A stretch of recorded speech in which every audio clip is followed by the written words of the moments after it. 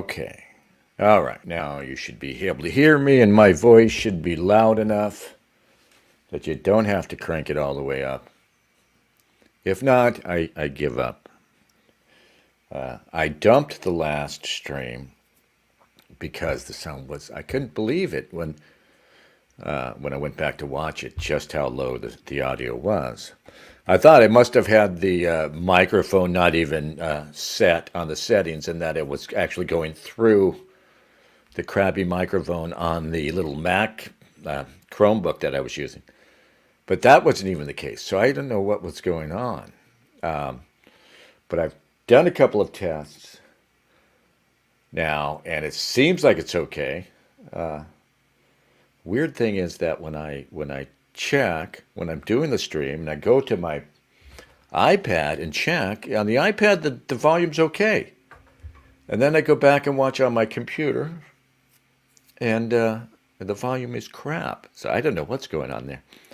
But yeah, we've got this set up. You should be able to hear me. If there's anybody out there, just tell me if you can't hear me. If I'm super low, I'm so low, so very, very low. Yeah, no, we're just doing a little stream here, just a little stream. Not much of a stream. We're going to talk about, things, stuff, frat bros. I don't know how online you are. I don't know if you're on X/Twitter very much. I am unfortunately on it a lot. I can't help myself. And X has got a lot of problems. Musk still can't be trusted. Musk seems to be, after all of this, I think Elon Musk is not on your side. He's not on our side. He's not on the side of the common man. He's certainly not on the side of anybody who's an advocate for Hawat people as such. Nonetheless, X remains the only game in town for any sort of freewheeling discussion, and it's such a thin thread right now, guys, right? I mean, everything else is locked down. Everything else is an ADL regulated platform. X is too, but somehow, and maybe this is by design, and I should be a conspiracy theorist at this point. I just can't. I'm such a boomer. I just can't. But it's as if he's controlled opposition at this point.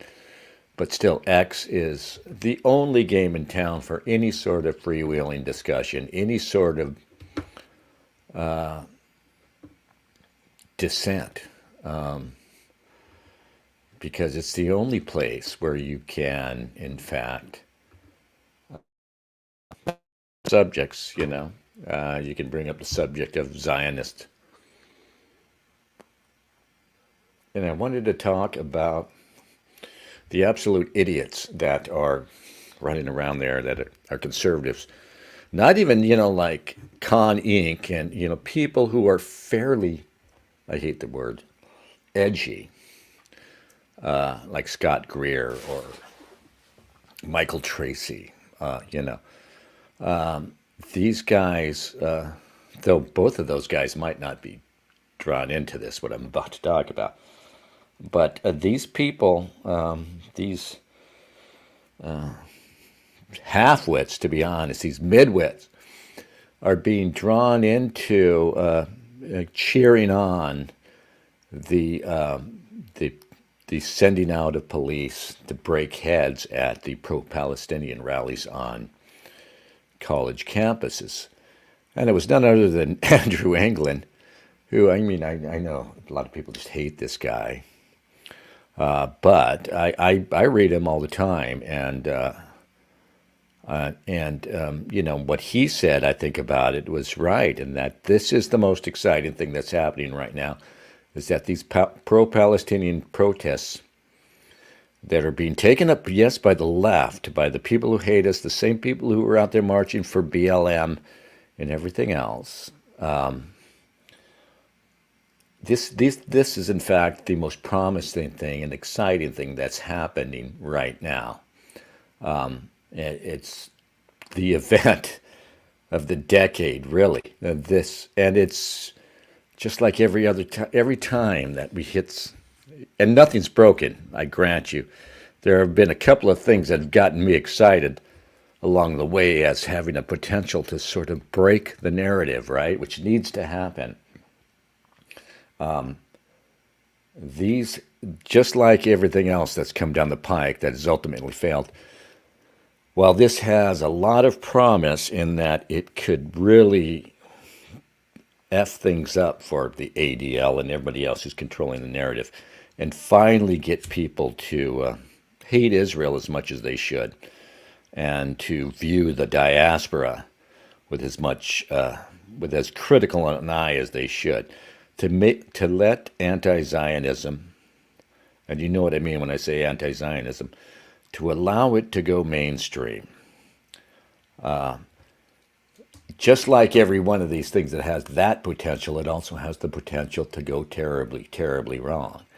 And at the moment, I might say that it's going wrong because what's happening is it's remarkable. And like I hate these conservatives. They're so-called conservatives, Twitter conservatives, who are so fixated on hating the lefties and the Muslims and whoever else that they're going to let the Zionists co-opt what's happening, and that they're sending the cops out to bust heads. And it's such, I think it was England who said, the one thing people need to understand is this didn't happen for BLM. Everything that happens right now, guys, you need to forget all these contradictions because it's really hard to root for the lefties, and you don't have to be rooting for them. You don't have to like them. Yeah, they're still our enemies, and still all this anti-white animus behind much of it. But everything that happens now, you have to just weed all that shit out and think, what is the one most salient feature of what's happening? The single most.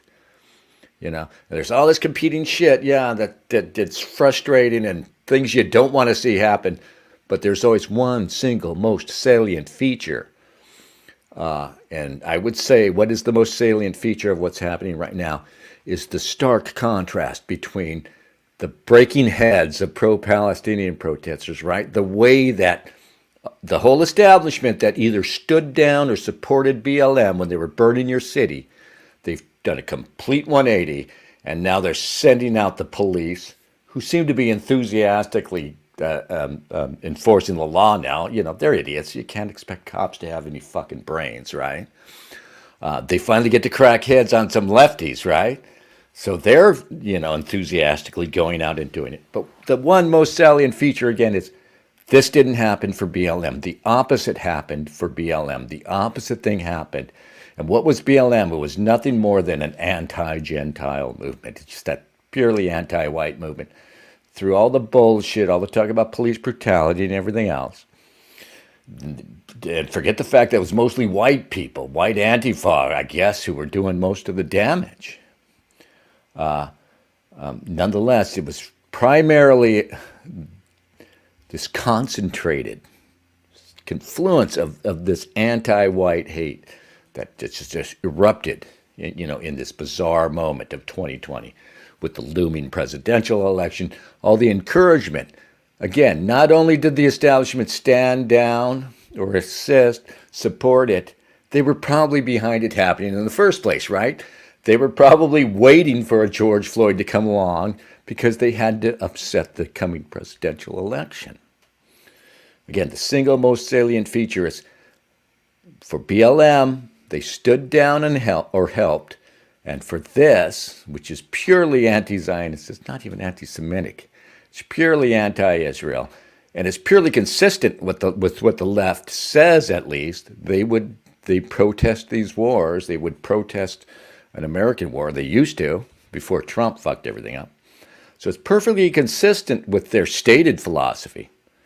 But the one single most thing about it, the single thing about what's happening is that it's an anti-Zionist movement. And what happens, that same establishment, to a man, every one of them, has turned on a dime 180 degrees and are saying, send out the cops. My God, send out the National Guard. Do you remember when, was it Tom Cotton?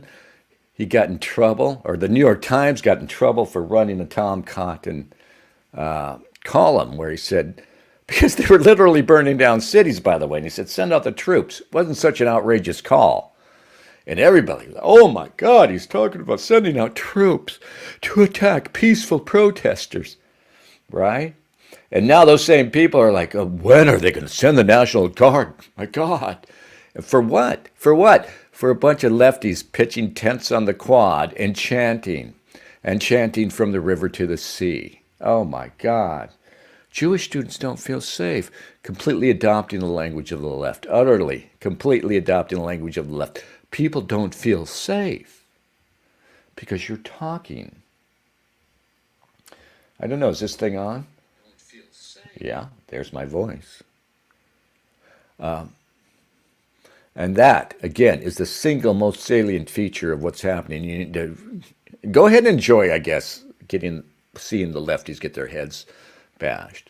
But what needs to be communicated to anybody out there who's still in the dark, to that person in darkness, what he needs to hear is, hey, this is completely different from what happened from BLM.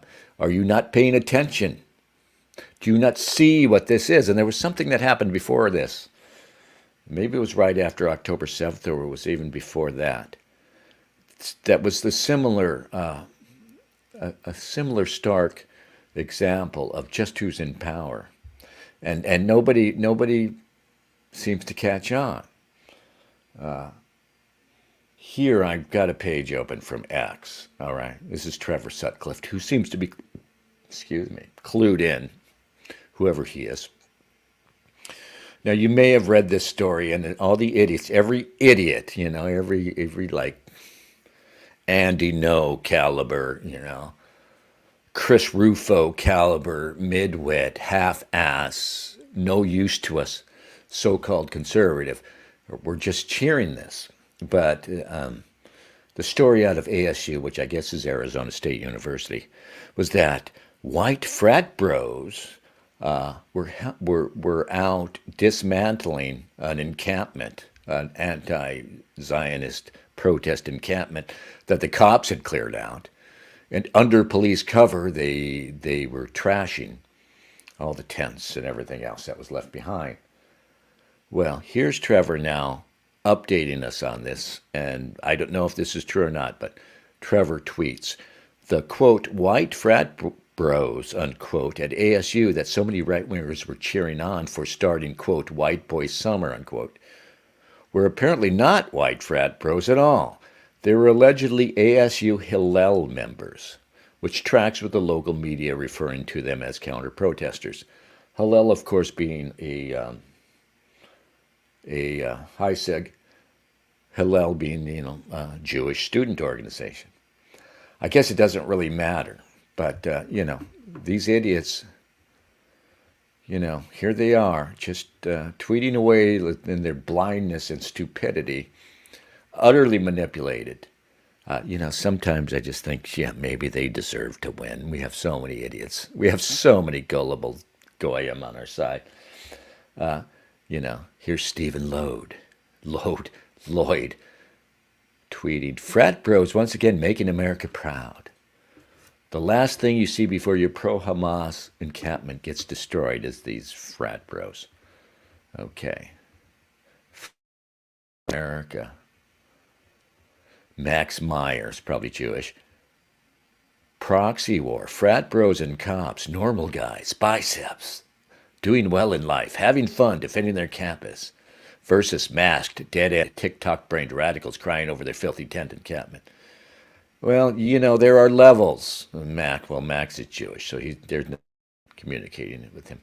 There are levels of delusion. There are, mirrors, You're in a forest of mirrors, guys, right? There are delusions operating on top of delusions. I remember when I was a kid at some point, there was this weird period when I was like 15 years old or something. And I remember becoming aware of it. But every couple of months, I thought I had advanced in my understanding. Every couple of months, I became that kid in the corner meme, the kid in the corner at the party, thinking they don't know, all the other kids don't know that I know blank. I had this weird feeling that I was becoming, like every couple of months, I thought that I was so clued in all of a sudden that I couldn't believe how unclued in I was just a couple of months earlier. And I think this just happened to me through my 15th year over and over again. This weird delusion I had that I was continually being enlightened and not thinking that, okay, if this has happened to me 3 or 4 times in a row, maybe I'm deluded right now.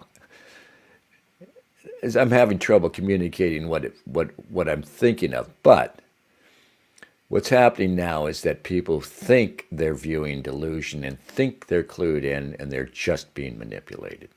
And all these idiots who are cheering on cops, cracking heads all of a sudden, again, are losing sight because they're being emotional. They're reacting to pictures. They're literally reacting like fucking Pavlovian dogs to pictures, right? Pictures that carry all that weight. I mean, you have genuine hatred for the left and for these idiot academics and others who hate America, and hate white people. And yes, as I'm saying, forget that. I am saying it though. I'm saying forget that most of these people showing up for these protests are driven by the same anti-white animus that drove them to show up for, a free pastel Bermuda shorts. Yeah, that's over, guys. These same people are showing up now that I'm saying, forget it. They're driven by the same anti-white animus that had them showing up for the BLM bullshit. Forget it. It doesn't matter. Again, the single most salient feature is that the Zionists have stepped up. They've leveled up they have the police, right? They've had our foreign policy forever. They've controlled our culture forever. During BLM, the cops wanted to go out and bust heads, and they were able to suppress that. They were able to corral the cops in most cities, not in all cities. Now they've leveled up.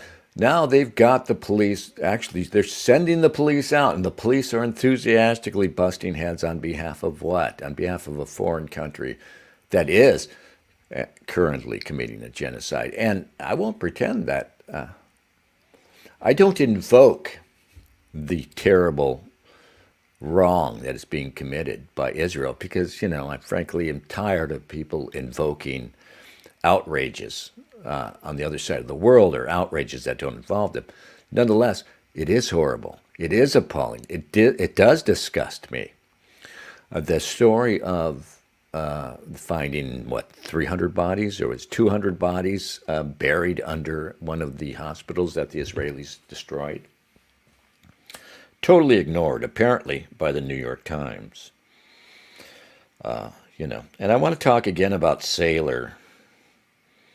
I hate doing it. Like I always say, I love Steve, but what's happening with him is so, frankly, repulsive that it has to be called out.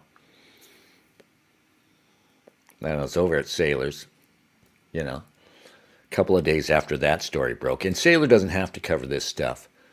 He stays out of foreign policy, etc., for the most part. Occasionally he blunders into it and looks silly. But at the same time, he's running some stories, some bullshit. He's got a very funny phrase for it, World War hair, right? Oh, Sailors come up with so many catchy phrases over the years. The point and sputter, right, is what the phrase he had for lefties when they would just point and sputter at some supposedly outrageous thing that somebody on the other side said, but they wouldn't offer any any reply, any meaningful reply to it. They would just point and say, see how awful, but they would never say why it's so awful. They would never address any point because all they had to do was point and sputter. Well, I teasing old sailor over there on his own side said, well, this is the point and titter. The point and titter is this meaningless exercise where the New York Times, for instance, a couple of days ago, as all this is going on, the most important thing in the world, as far as I'm concerned, is the fact that the Zionists have co-opted your local police force, right? This is happening. It's been happening, and Steve is pointing and tittering at the New York Times, which is ignoring the bodies under the hospital, and is not talking about the fact that the police have suddenly been motivated to crack heads after standing down for BLM. He's pointing and tittering at the New York Times for running this ridiculous story about literally Beyonce washed her hair. I think this was the title, right? Beyonce shares a video of her hair being washed. Why this is important, you know. And it is ridiculous, and it is worth a snicker or two. But God damn it, it all feels like a distraction, doesn't it? At this point, like I told them in there, you know. God bless Steve Saylor because he always runs my comments, even though they're often very excoriating. But I said, hey, maybe this is boob bait, right? So we can point and titter at this ridiculous New York Times story and be occupied by that instead of noticing, you know, that Israel continues to genocide the Palestinians and has co-opted our local police to crack heads on anybody who over here who wants to protest that fact. And why is it important that people be allowed to protest it? Because we're financing it, you know, not just the 30 billion or so annually we give Israel anyway for no good reason. They're a wealthy nation. We just recently added, anteed up another 35 billion along with the 65 billion we sent to feckin' Ukraine, which is really another Zionist project. I mean, it's also ridiculous. I want to, why wouldn't I get angry to see, good people like Saylor and others, engaging in this silliness, right? Talking about this shit. And I'm not saying it's not important to talk about these weird, petty cultural campaigns that they're engaged in. And it's certainly still important to do things like oppose the transgender mania. That, but those are those are smaller campaigns within the grander strategic strategy. Oswald says, Luke said he'd be willing to meet you in person before you leave LA if you are into it, says Oswald. Sigil Reborn says, I'm starting to question if any popular voices on the right have any sincere beliefs at all. Yeah, no, nobody. They are like I was until sadly, well into middle age, I realize now. I was talking about my younger self being deluded and thinking I was enlightened. I have to confess, I mean, I was into my 40s probably before I even started genuinely thinking about things. Everything was surface. Everything was operating on the surface, and everything was, I can see now that my reactions were entirely based on, and I knew it somehow, and I didn't see that, a man is not a man if he lives this way.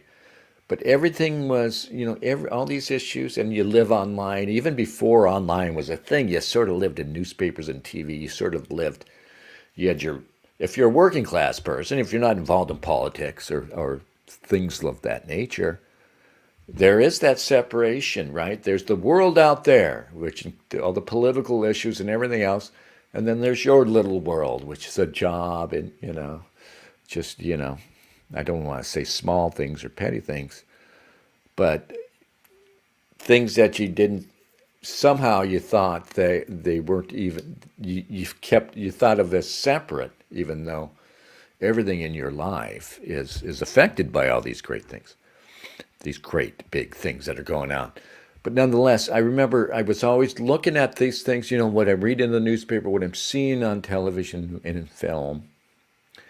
And I have to confess now, the only thing that was ever going on in my head was how am I supposed to feel about this?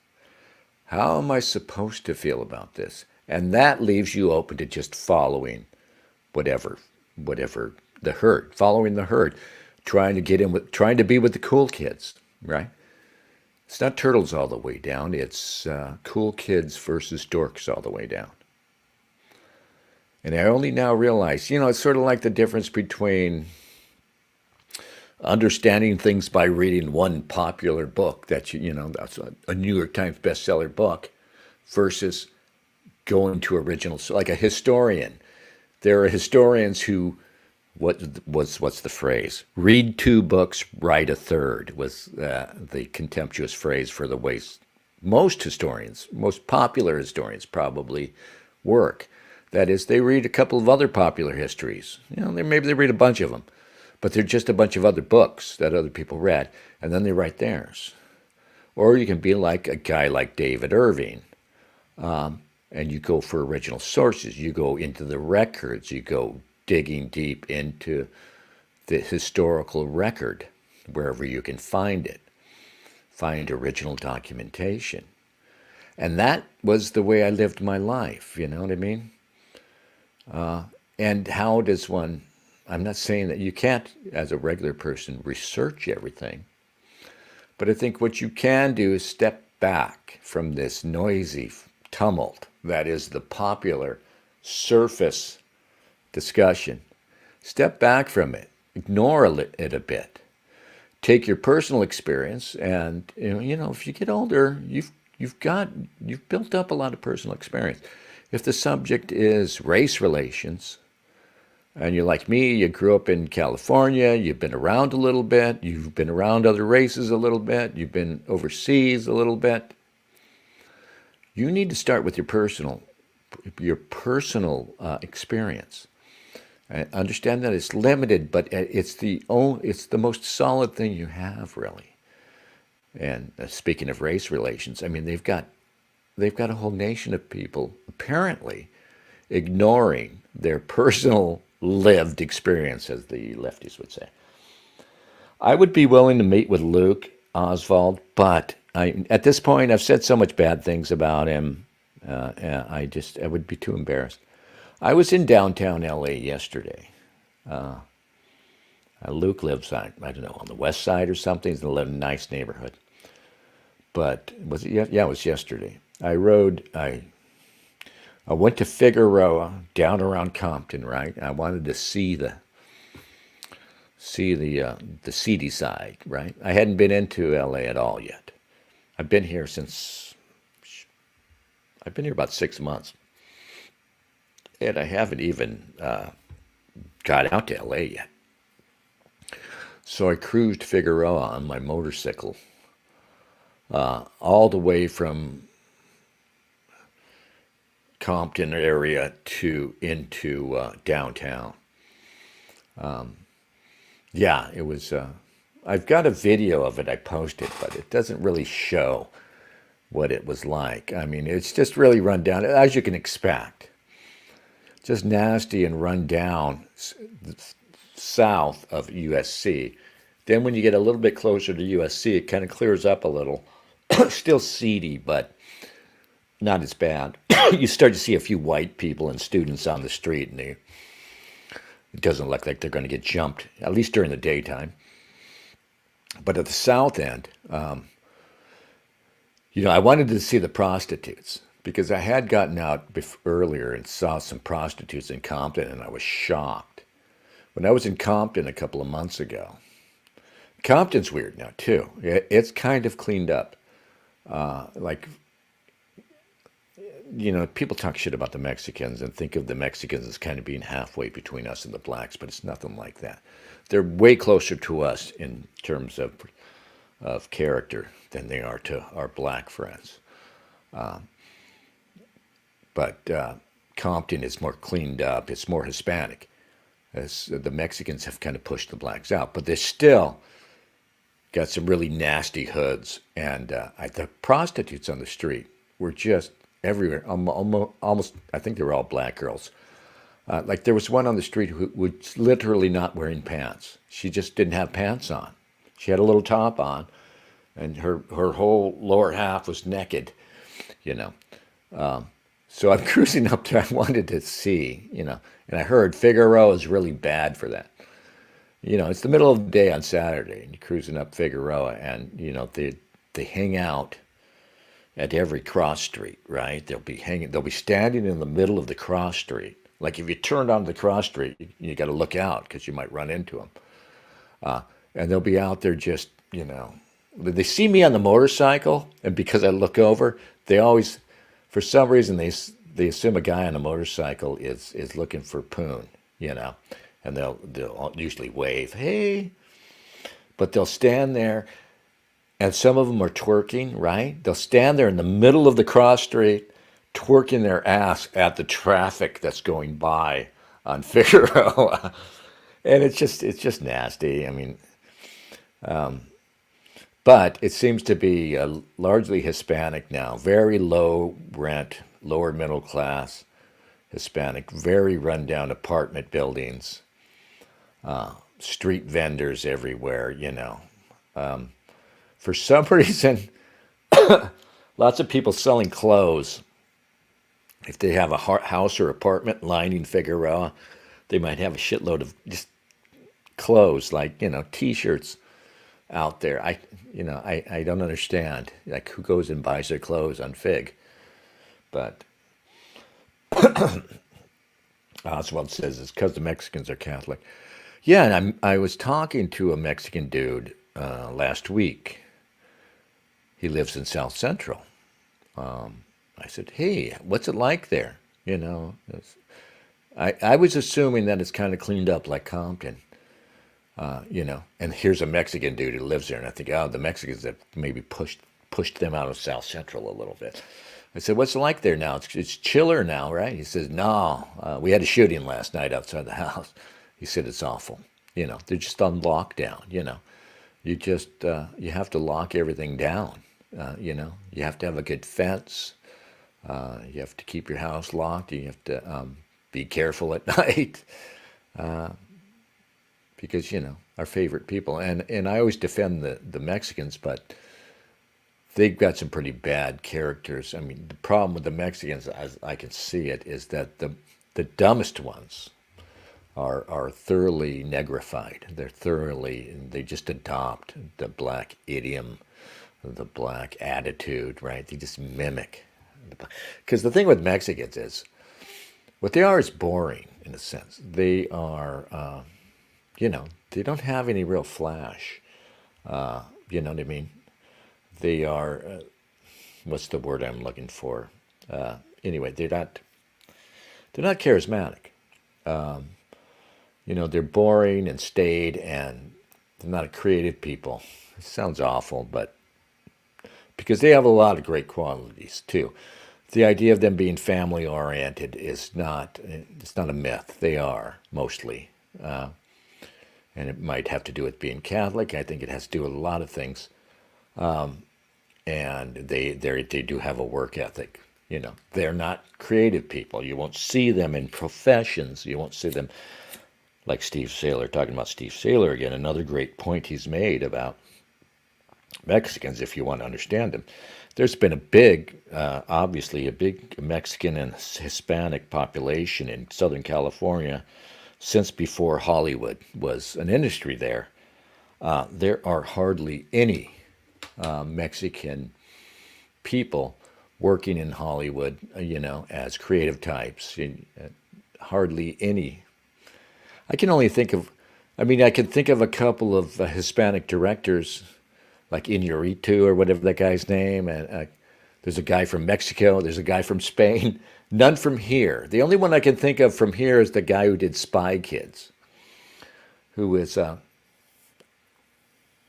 by the way, he's like the most waspy looking Mexican guy you'd ever see. The thing about Mexicans is too, and they know this in their world, this is a thing, but outside everybody else just thinks, oh, Mexican, light brown mass. But in their world, there are different. There are güeros. There are like white Mexicans. There are the people who you can see have more Spanish, right? Because they're a Spanish and indigenous mix. And there are the Mexicans who are more like Spanish. They're more like Southern Europeans. And there are the Mexicans who they call Indios, who are like, right? They have the round face and the Indian features.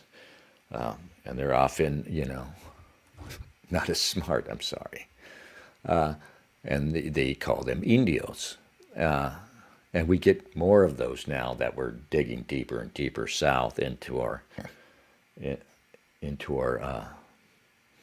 migrants. Media Hits says, Mexicans landscape for David Cole Stein. He likes when they talk and he can't understand them. Why would he like that? I don't like that.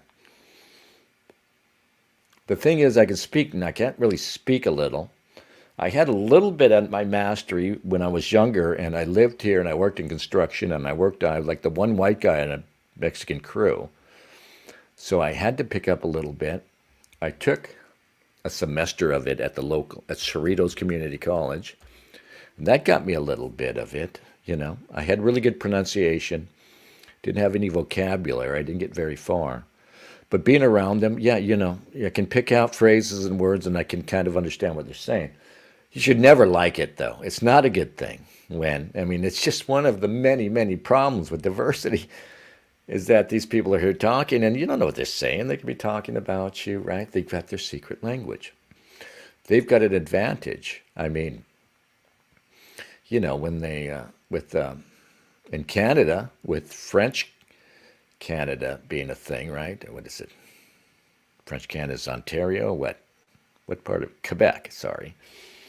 They have an advantage. People from Quebec who are bilingual, speak French and English, have a natural advantage over all the other Canadians who just speak English.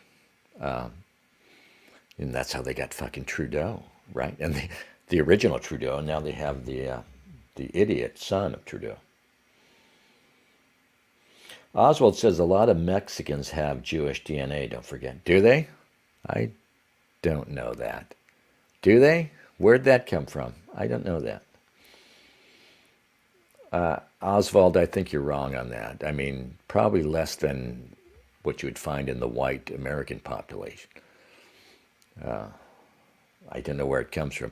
They have anti-Semitism there too, but it doesn't matter. There's nothing they're going to do with it.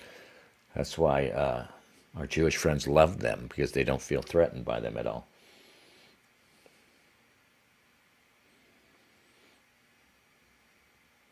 Free Bougainville says, even if a place looks nice, it can be savage. That's the thing, too, about places like Compton. And it belies this nonsense about these guys are all savages because they come from these horrible, rundown places.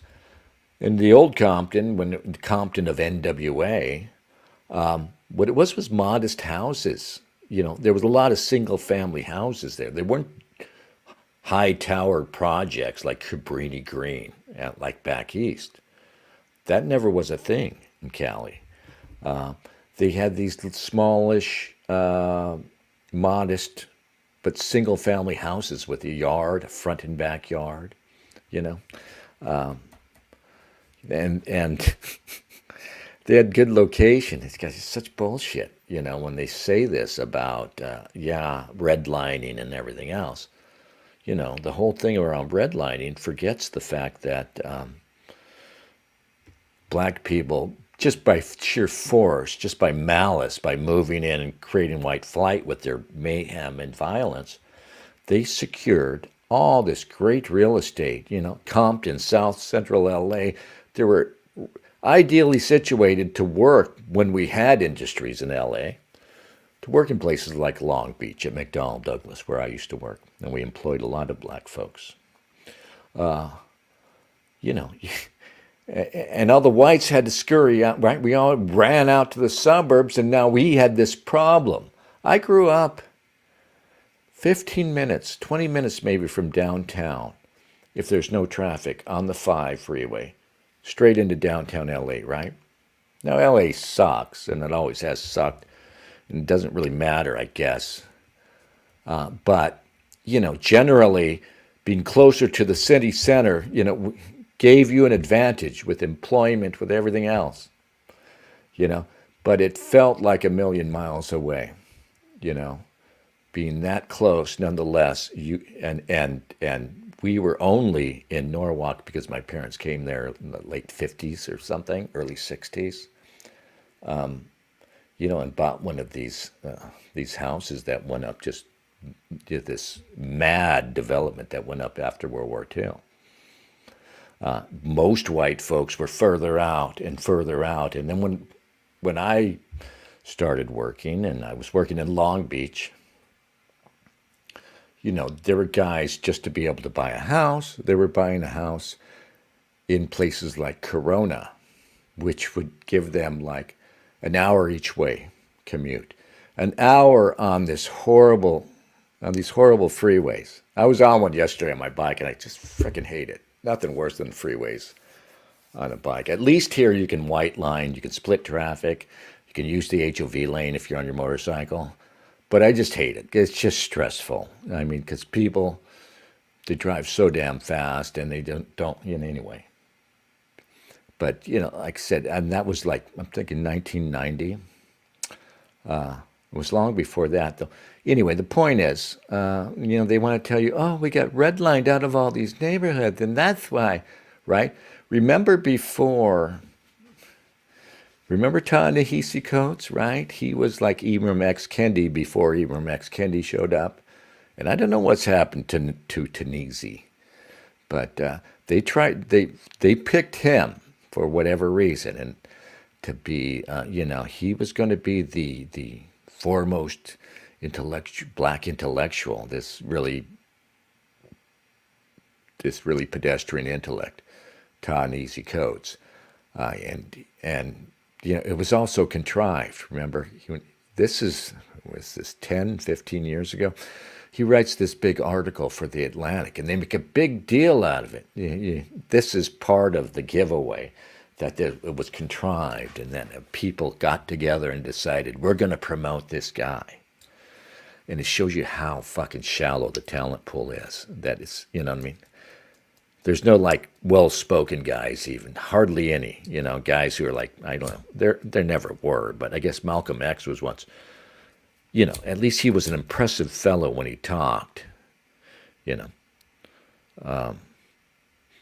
So they picked Ta-Nehisi Coates some 10 years ago. Oh, he's got a big article coming out in The Atlantic. Here it comes. And it's this big, long article. I forced myself to read it. About redlining, I guess, in Chicago. And it revealed not just that the contrived nature of Ta-Nehisi's sudden celebrity, but also the tack they were taking then was, we're going to base our assault on white wealth and everything else on the idea that redlining, it's all redlining. Redlining is why black people just still, after all these years, can't get their shit together, despite affirmative action, despite their cultural success, despite it all. It's just redlining. So he wrote this long, long article about redlining in Chicago. And like I said, so feckin' what? What happened along with redlining? What happened that makes redlining understandable? Was the fact that they were also taking over cities, entire cities like Detroit, parts of L.A., and they were taking them over with violent campaigns, like like military campaigns. White people were fleeing before this Mongol assault, and they secured all this great real estate, and just what'd they do with it? They didn't do anything with it. They just fucked it up so that now we have the issue of gentrification, because they have so devalued the real estate in these places that, they're now bargains. By the way, I'm thinking of going to Detroit and picking me up one of those cheap houses. What do you think? I'm going to be a settler in Detroit, I think. I'm going to Seattle to work, at least for a while. And people are funny. You guys don't know. Like somebody here saying, "Oh, don't go to Seattle, man. You're going right back into the shit." You're going to, Portland too. Yeah, they fuck up the city, but outside of there is great. And I'm not going to be able to live in Seattle anyway. I'm just hoping I can find a decent place not too far outside the city. But it's still great outside of Seattle. I mean, the only problem you might have is you'll be bored maybe in a suburb. You'll be bored amongst all these boomers and, all these white people who don't have anything interesting to say because they're afraid to question things. Media Hits says East Side Milwaukee still has cheap housing, which started like 20 years ago. Oswald says, if Dennis goes to Detroit, you can meet David Cole's butt buddy, Edwin Oslin. Don't know either of those fellows, so I probably won't meet either of them. David Cole, I think, is Jewish, right? So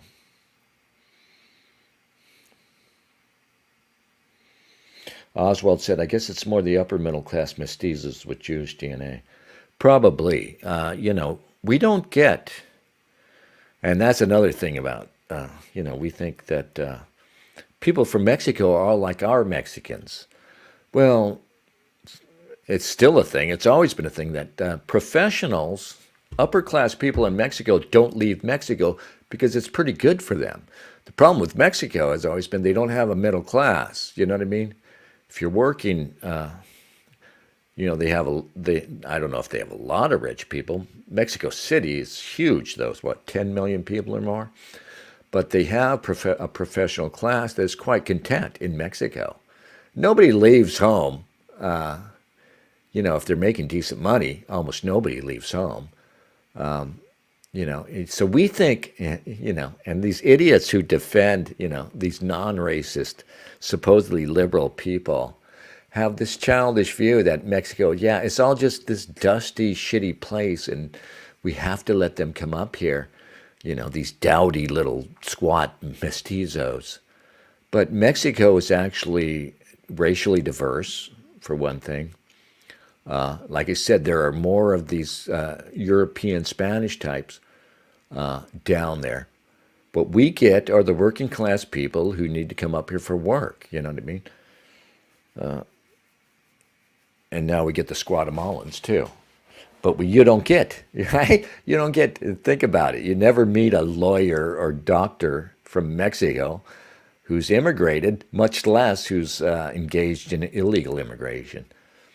So so there probably are, a lot of Jewish people there. And there is anti-Semitism there.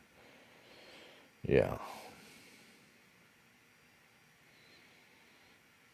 Media Hits said, Edwin and Matt Forney called a bomb threat on David's speaking event with Ann Coulter. I remember Matt. Why would they do that, Media Hits? So, did they get in trouble for that? David Cole and Ann Coulter speaking. That just sounds like something I don't endorse bomb threats, but maybe it's understandable. I think Ann Coulter still follows me on Twitter, though. I was shocked to find she was following me on Twitter. I even direct messaged her once and tried to get her to come on the Luke show. That was a long shot, but that would have been something, huh? If we could have interviewed Ann Coulter. I tried to get Steve Saylor to come on the Look For It show. That's one reason why I'm going to go ahead and give him shit now that he's doing this ridiculous tour of his.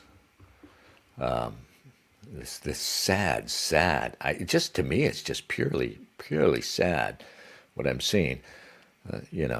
Steve Saylor's out there. He's on tour in the country. He's got this book out that's selling well for a niche book, right? He's selling Leather Brown's Patrician edition, they call it, for $295, or you can get the paperback for $29. They say they're selling well, and he's doing a tour of the States. But it's just sad. Like I said before, I mean, he's getting his Lifetime Achievement Award, his meaningless Lifetime Achievement Award, long after, his chance at relevance has passed, and he's shown, and he doesn't owe us anything. He doesn't have to be radical like us. But what's happening is he's getting praise from all these tepid figures, right? And it just sickens me to see people talking about it like this is relevant. It's the Lifetime Achievement Award. It used to be a joke. I didn't know if people still think of it this way. Like the Academy Awards, if they gave you the lifetime honors for some old actor, it's because he never got his Oscar when he should have. Okay, let's give him the Lifetime Achievement Award. Like Peter O'Toole, they did that with him. In fact, he said he wasn't going to show up for it. He tried to respectfully decline because he recognized what it was. It was this consolation prize for having been passed over when it mattered. And that's what I see with Steve Saylor. And just everything about, and they talk about him like, like it's this edgy, unspeakable truths he's out there pushing, nonsense. He's done his work, heroic work, but it's over. We all know now.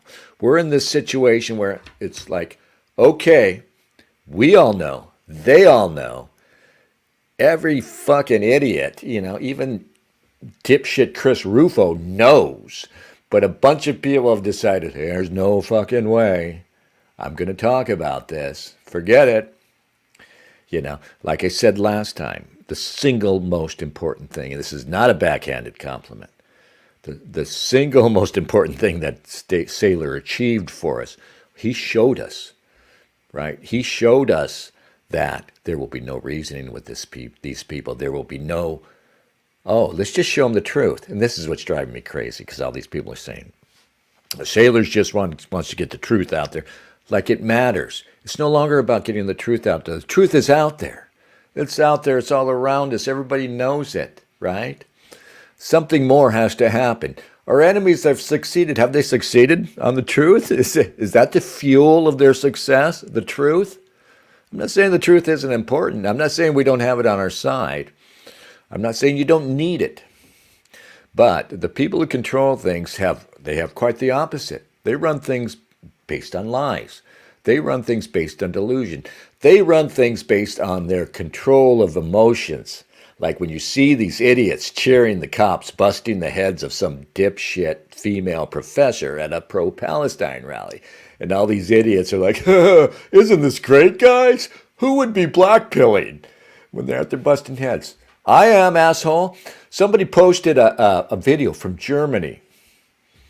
I should have brought this up. Martin Sellner had this tweet thread. I think it was Sellner, the Kraut. He married Brittany, what's her name, about how insane it is in Germany. How there's this whole movement among the growing Muslim population. Yeah, let's do away with this Republican form of government, whatever these Germans call it. Let's just go ahead and establish our caliphate. There is absolutely no repression of their astounding, their speech, where they're out there just saying, yeah, fuck it, let's tear this down. On the other hand, you so much as make a peep, right? The AFD is an outlawed party. And the AFD, if you don't know, is not that radical. what is it, Alternative for Deutschland. It's not really that radical, but just, I mean, just any slight, don't even look sideways at their plan, and they will shut you down. So that's the environment. Worse than we know. And I saw, again, on X,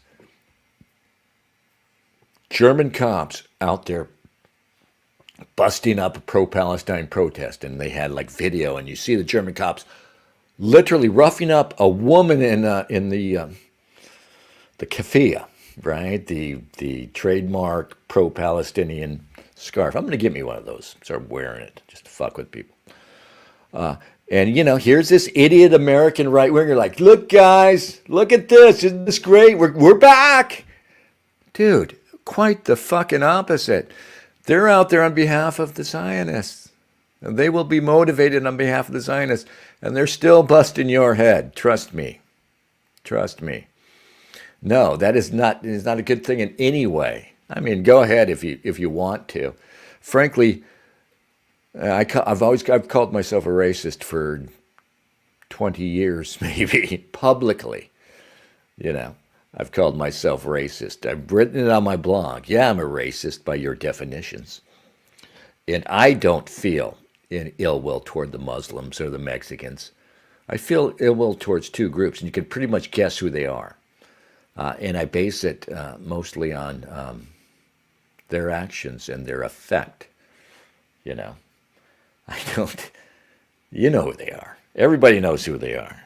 They pretend to be best buddies, but they hate each other too. It doesn't matter. And they are like the high and low. Isn't it funny? Right? It's this polarity, right? The people who have, however they've managed it, that tiny minority, 2% that manages to run everything just by virtue of their intelligence, cunning, and energy, are taking the worst misfits, the most fucked up people, the most, let's say it, the dumbest, the least competent, most, the most inept group. And that's their bludgeon, right?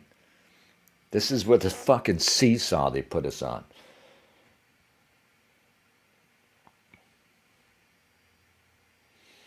Oswald saying, Backler. Media Hit says, Dennis should get a hold of Stark Truth Radio. Why? No, I'm not. You know me, Robert Stark? I've known him for a long time, kind of. We interviewed him on the Luke show. Well, I guess I have a beef with Stark. I talked about this before. October 7th meant, and Robert's always been like this. Not October 7th didn't really change anything for him. But he's basically pro-Zionist. He's part Jewish, and he's definitely not down with our brand of white advocacy. And I see he's been writing, articles and trying to dampen it for us. I like Robert, though. He writes interesting things occasionally.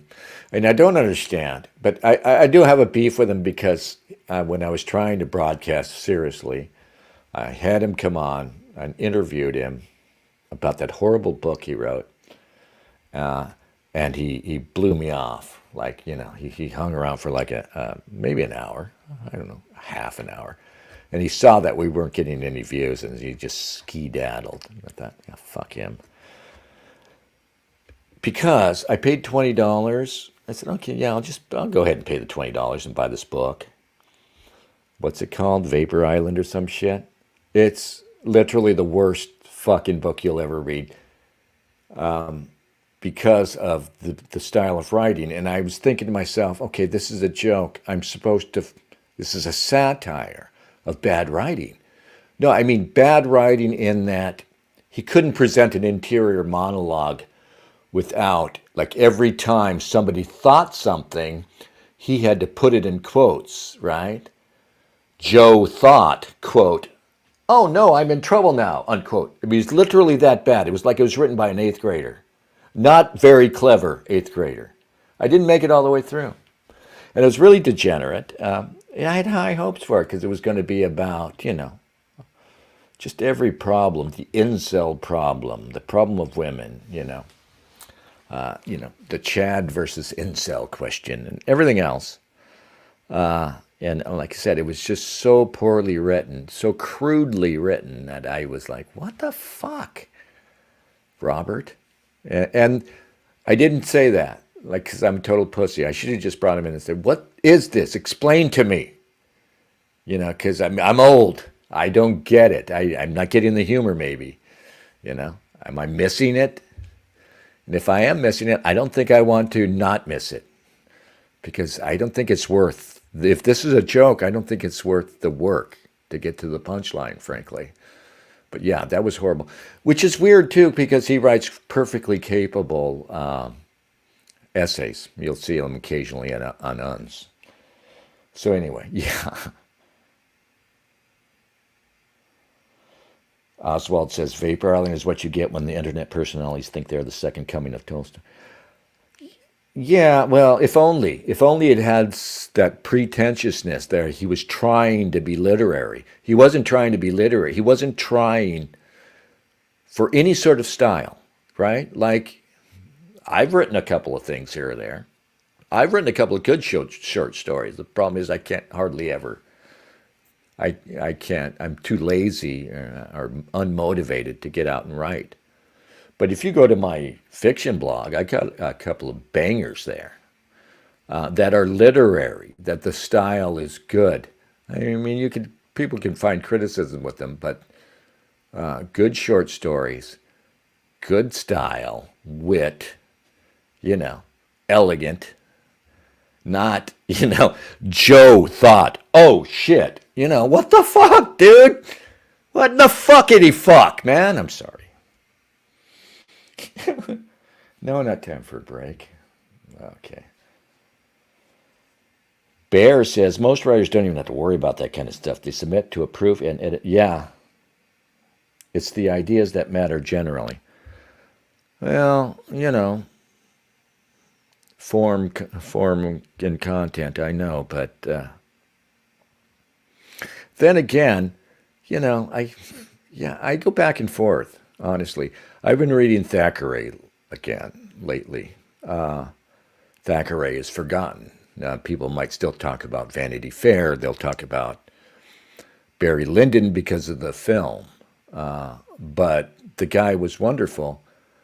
Big ideas? I don't know if there are big ideas in there. The ideas are all just the same. He talks about women. He talks about love. He talks about class. You read it. You read these books. You can enjoy them. They are enjoyable as stories, and they also give you this amazing look into this. I guess it was Victorian era, 1830s. When he was writing about, 1830 through 1850, and he gives this remarkable picture and image of, what English society was like back then. Big ideas, I don't know. You don't need the ideas to be profound. You just need to strike the chord with the old things we already know. We know about men and women, love, heartache, treachery, the treachery of women. We know these things. There's nothing new under the sun, and a good writer, he just brings it. That's the way I look at it. He just brings things home to you in the same way that a beautiful song brings them home to you. It arrives anew. Things that you've known them in your heart. Things you didn't know, right? Big ideas. They're a good bit. I'm trying to think of a novel or something. Tolstoy, Dostoevsky. Those were the big ideas writers. But Dostoevsky, man, that's tough reading him. He's brilliant. He's the best. But you got to go back and read the Brothers Karamazov. It's unfortunate. I read that when I was too young to appreciate it. But, Crime and Punishment. This is grim. Tolstoy's still great. Anna Karenina, I think that's the only Tolstoy I've read, is actually enjoyable. To me, it was wonderful. And like I said about Thackeray, it gives me an idea about what Russian life was like for the peasants and for the for the impoverished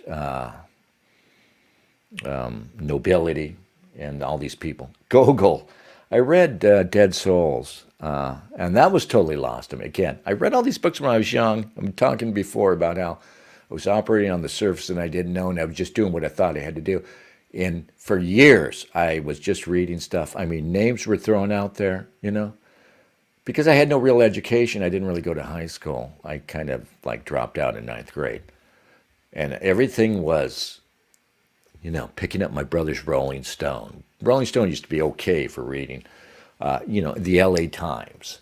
And so I'm just reading this, and this was my education, and it's so haphazard. And so they're throwing names out there. Oh, I'm supposed to read Dostoevsky, I'm supposed to read, I don't know, trying to think of an American that even came through there.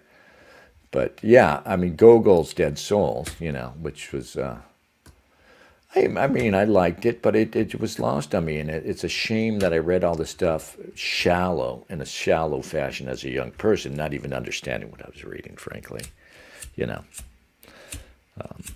But Dead Souls was wonderful, yeah. The guy running around selling with his little grift, right? Selling dead souls. But you realize the problem, too, for the Russians, as I see it. They still have this problem with the people who are descended now from the peasants. There's a reason why the Chinese took off like a rocket after they abandoned, their strict form of communism, and that the Russians still haven't quite pulled it off, Russia gets by because they have resources, As the Soviet Union, they managed to force themselves to build good airplanes, to have a heavy industry at great cost, and of course you see that it was unsustainable, and they couldn't create a good and meaningful life for enough people to last, and that's what society really should be about. But despite that, they were able to build some amazing aircraft. For one thing, there was Sputnik, but there's a reason that the Chinese now are just fucking frighteningly taking off like a rocket. Because there's over 1 billion of them, and they're super smart and super intelligent, and maybe they are drones. And I always think it's funny when people say, Chinese drones aren't going to take over nothing. Okay, we'll see. We're not drones here. We're drones here who are jacking off and watching sports and shit, and they're out of control. These acquisitive, energetic, scary people. Bear says William Wordsmith changed my life. Helped me escape a very abusive childhood. If you can't manage to meditate, lose yourself in his work just as good. I'll try some Wordsworth. Yeah. I've actually been reading, I've got these old copies of, in the 50s, right? Back when we were, at least trying, there were these, these books, these series of books they would put out, right? That various publishers would put out, like club classics, right? You might have them in your house. And other like series, right? Important books here, anthology of American literature stuff, right? Nobody even does that anymore. I guess you can't, it wouldn't make sense to now in the internet age, but there isn't that, that ethic towards self-improvement. But I have a bunch of stacks of them that grandma who passed away left behind. And so it's great, though, because they're published in the late 40s and early 50s. And, it's these, and this sort of thing was always dismissed by our shitty, uptight, asshole intellectuals in America. this sort of what they saw as middle brow pretense that we were gonna introduce the common man to literature, sort of thing. And yeah, it didn't come off, and the common man, I guess, didn't rise up to the promise. But it's fascinating because I've got these stacks of books, anthologies of American literature, from colonial days to present and stuff like that. It's interesting in two ways. You read this stuff that you never come into contact with, old stuff like the old Puritans, right? William Bradford and crazy stuff like that, Willa Cather, and it gives you that, but this stuff that's sadly becoming forgotten, and it also gives you an idea of what they thought was important in the 40s and 50s before the shit hit the fan, before everything fell apart. What serious intellectuals, and mostly WASPs back then still, thought was important, and what common men should know and what you should aspire to. Anyway, I got off on a tangent there, but the point is, I've been reading Walt Whitman, and I actually like Walt Whitman. I used to dismiss him. Had been introduced. Walt Whitman was one of those names that still came up. I'm old enough to remember when you still might have learned about Walt Whitman in school. I Sing the Body Electric and all this crazy stuff. Walt Whitman is actually great. I mean, it's sad to see Whitman's optimism about America and democracy. That it's,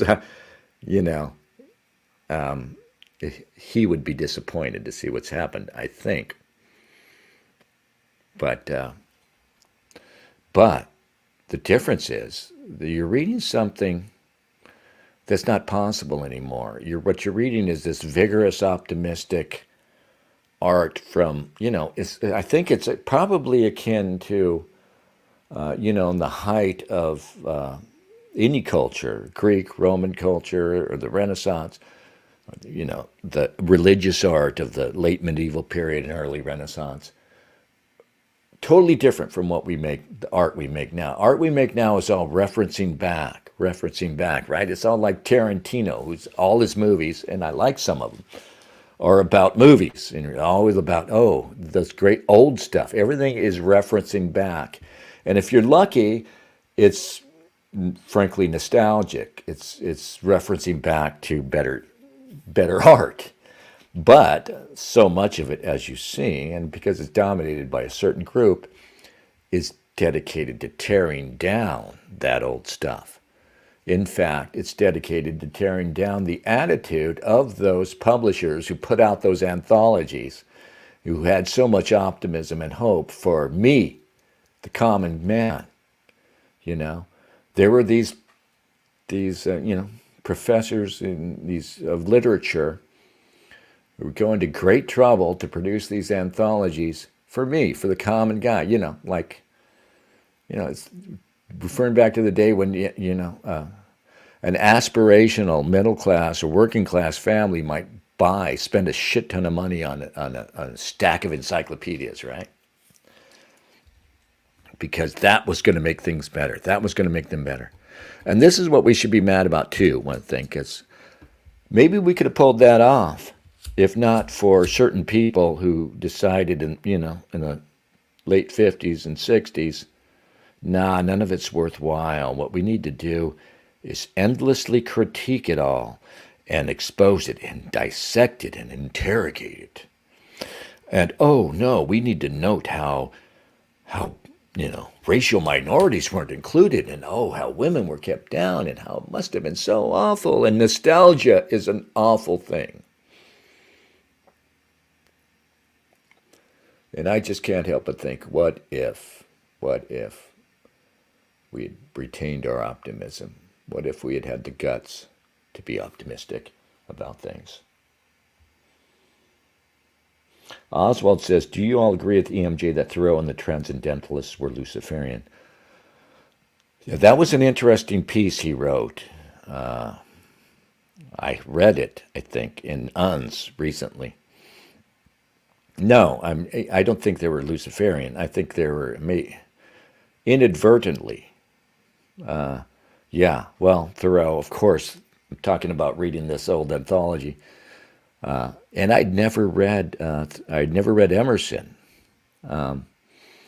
really,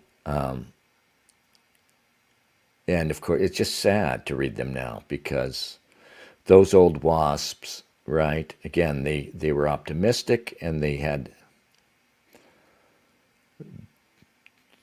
were wrong at the end of the day, I think, but I don't know what EMG's on about. For him, if you're not straight up Catholic, you're loose. You're with the devil.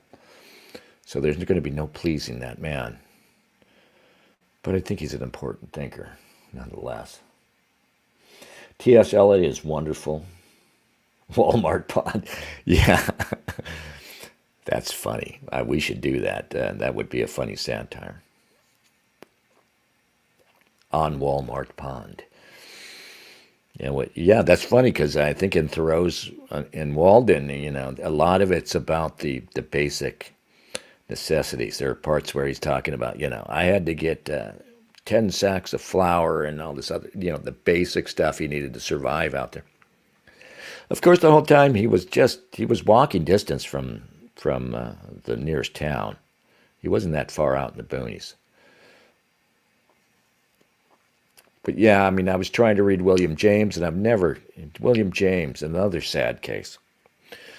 Pragmatism. William James's philosophy was pragmatism. Pragmatism just wanders into the world.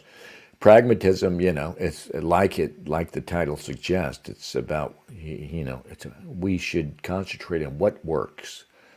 And pragmatism, as tough sounding as it is, as no nonsense as an idea as it doesn't have a fucking chance. As you see, pragmatism, what works, the idea that that we're going to get by on that is utterly naive, as we see. Pragmatism got swallowed up. All of it got swallowed up.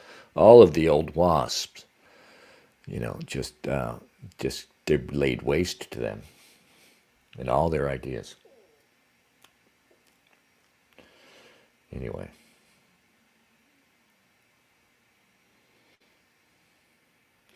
Excuse me, I'm reading this. What is that poem you're quoting, Bear? I'll go read it.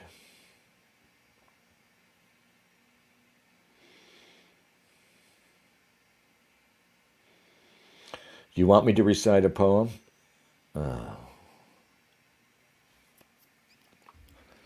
We should read a poem. Hey, we should read my favorite from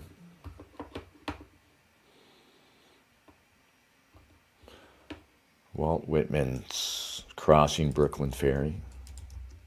That's too. You guys all know this one.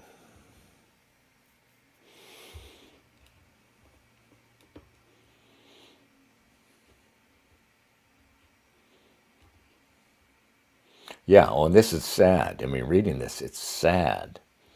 Can we? Should we? What I want to do is put up on the screen a visual, but you should see the text. Crossing Brooklyn Ferry by Walt Whitman. This is where he thought there was going to be this continuity. Is it too long? No, I don't think it's too long.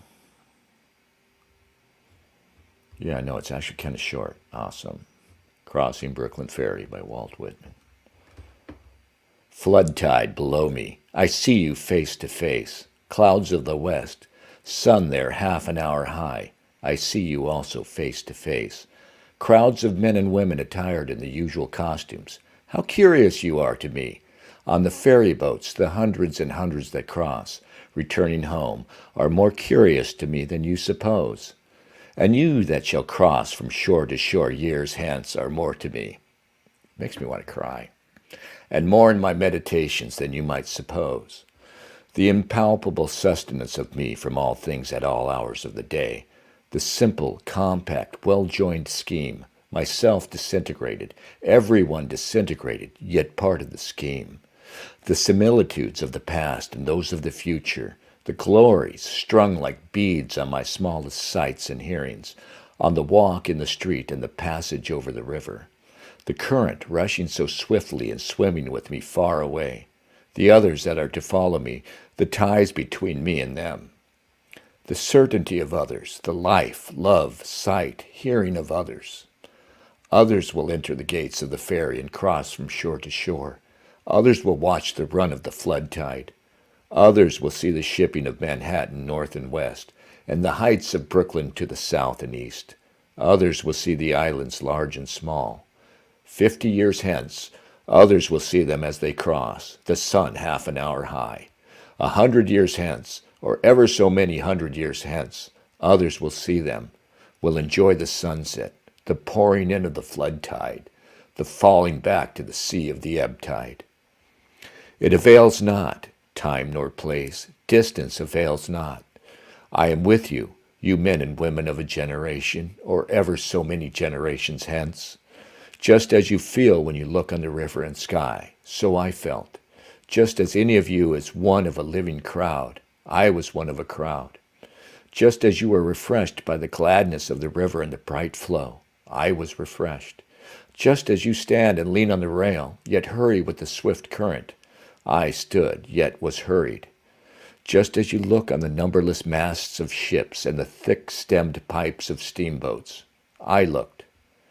I too many and many a time crossed the river of old, watched the 12th-month seagulls, saw them high in the air floating with motionless wings, oscillating their bodies, saw how the glistening yellow lit up parts of their bodies and left the rest in strong shadow, saw the slow wheeling circles and the gradual edging toward the south, saw the reflection of the summer sky in the water, had my eyes dazzled by the shimmering track of beams, looked at the fine centrifugal spokes of light round the shape of my head in the sunlit water, looked on the haze in the hills southward and southwestward, looked on the vapor as it flew in fleeces tinged with violet, looked toward the lower bay to notice the vessels arriving, saw their approach, saw aboard those that were near me, saw the white sails of schooners and sloops, saw the ships at anchor. The sailors at work in the rigging are out astride the spars. The round masts, the swinging motion of the hulls, the slender serpentine pennants.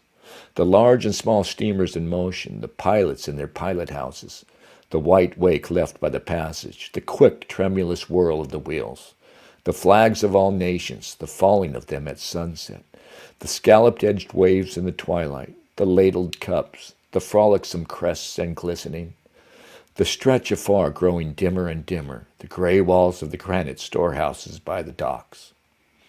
On the river, the shadowy group, the big steam tug closely flanked on each side by the barges, the hayboat, the belated lighter. On the neighboring shore, the fires from the foundry chimneys burning high and glaringly into the night, casting their flicker of black contrasted with wild red and yellow light over the tops of houses and down into the clefts of streets. These and all else were to me the same as they are to you. I loved well these cities, loved well the stately and rapid river. The men and women I saw were all near to me, others the same, others who looked back on me because I looked forward to them. The time will come, though I stop here today and tonight. What is it then between us? What is the count of the scores or hundreds of years between us? Whatever it is, it avails not. Distance avails not, and place avails not. I too lived. Brooklyn of ample hills was mine. I too walked the streets of Manhattan Island and bathed in the waters around it. I too felt the curious, abrupt questioning stir within me. And the day among crowds of people, sometimes they came upon me. In my walks home,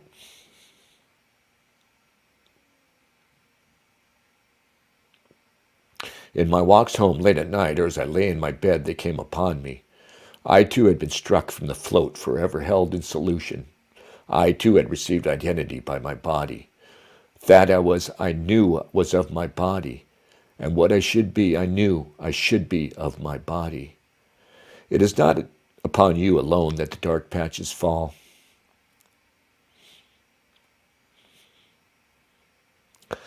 The dark threw its patches down upon me also. The best I had done, shit.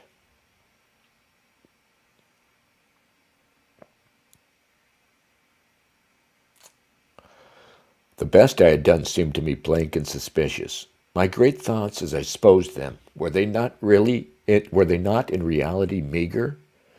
Nor is it you alone who know what it is to be evil. I am he who knew what it was to be evil. I too knitted the old knot of contrariety, blabbed, blushed, resented, lied, stole, grudged, had guile, anger, lust, hot wishes I dared not speak, was wayward, vain, greedy, shallow, sly, cowardly, malignant, the wolf, the snake, the hog, not wanting in me, the cheating look, the frivolous word, the adulterous wish, not wanting, refusals, hates, postponements, meanness, laziness, none of these wanting, was one with the rest, the days and haps of the rest, was called by my nighest name by clear, loud voices of young men as they saw me approaching or passing, felt their arms on my neck as I stood, or the negligent leaning of their flesh against me as I sat, saw many I loved in the street or ferry boat or public assembly, yet never told them a word, lived the same life with the rest, the same old laughing, gnawing, sleeping, played the part that still looks back on the actor or actress, the same old role, the role that is what we make it, as great as we like, or as small as we like, or both great and small. Closer, yet I approach you. What thought you have of me now? I had as much of you. I laid in my stores in advance. I considered long and seriously of you before you were born. Who was to know what should come home to me? Who knows but I am enjoying this? Who knows for all the distance, but I am as good as looking at you now, for all you cannot see me. Ah, what can ever be more stately and admirable to me than a mast-hemmed Manhattan? River and sunset and scalloped-edged waves of flood tide? The seagulls oscillating their bodies, the hayboat in the twilight, and the belated lighter? What gods can exceed these that clasp me by the hand, and with voices I love call me promptly and loudly by my nighest name as I approach? What is more subtle than this which ties me to the woman or man that looks in my face? Which fuses me into you now and pours my meaning into you? We understand then, do we not? What I promised without mentioning it, have you not accepted? What the study could not reach, what the preaching could not accomplish, is accomplished, is it not? Flow on, river. Flow with the flood tide and ebb with the ebb tide. Frolic on, crested and scalloped-edged waves, gorgeous clouds of the sunset, drench with your splendor. Drench with your splendor me, or the men and women generations after me. Cross, can't finish.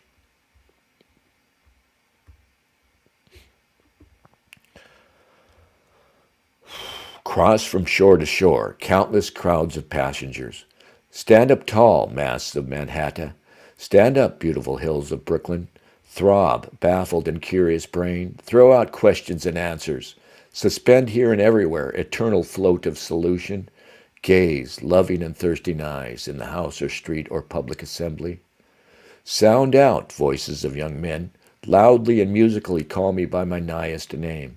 Live, old life. Play the part that looks back on the actor or actress. Play the old role, the role that is great or small according as one makes it. Consider, you who peruse me, whether I may not in unknown ways be looking upon you. Be firm, rail over the river, to support those who lean idly, yet haste with the hasting current. Fly on, seabirds, fly sideways, or wheel in large circles high in the air. Receive the summer sky, you water, and faithfully hold it till all downcast eyes have time to take it from you. Diverge, fine spokes of light, from the shape of my head, or anyone's head in the sunlit water. Come on, ships from the lower bay, pass up or down, white-sailed schooners, sloops, lighters. Flaunt away, flags of all nations, be duly lowered at sunset. Burn high your fires, foundry chimneys. Cast black shadows at nightfall. Cast red and yellow light over the tops of the houses. Appearances, now or henceforth, indicate what you are. You necessary film, continue to envelop the soul. About my body for me, and your body for you, be hung out in divinest aromas. Thrive, cities. Bring your freight, bring your shows, ample and sufficient rivers. Expand, being than which none else is perhaps more spiritual. Keep your places, objects, than which none else is more lasting. You have waited, you always wait, you dumb, beautiful ministers. We receive you with free sense at last, and are insatiate henceforth. Not you or any more shall be able to foil us, or withhold yourselves from us. We use you, and do not cast you aside. We plant you permanently within us. We fathom you not. We love you. There is perfection in you also.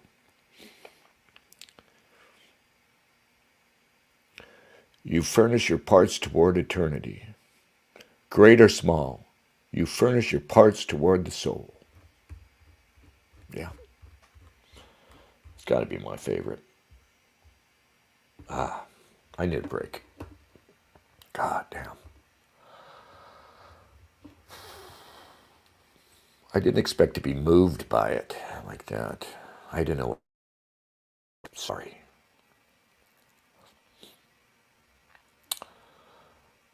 Any requests?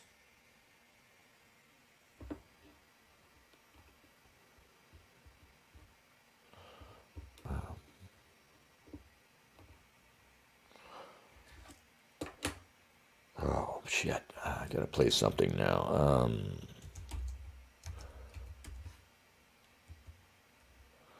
Fortet is always good.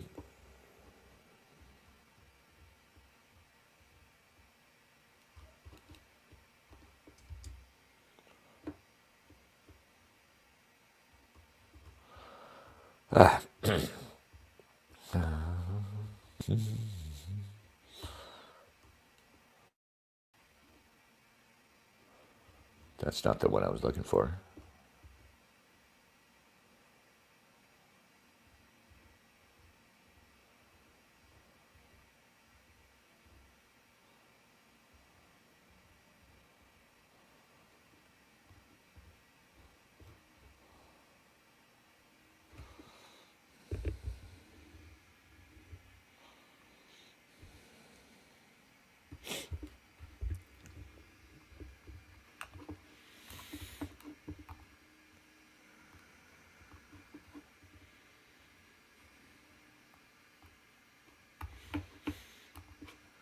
I'll be back.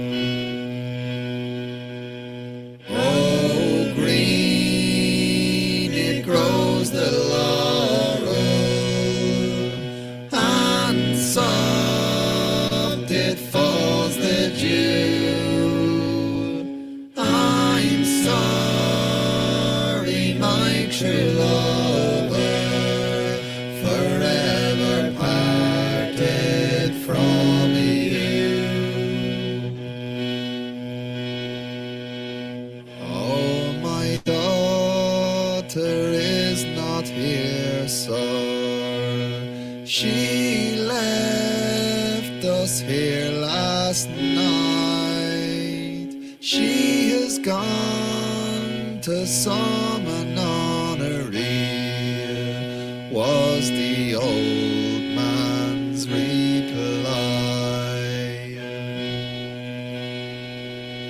He went on to this and on her ear, and he knocked all at the door.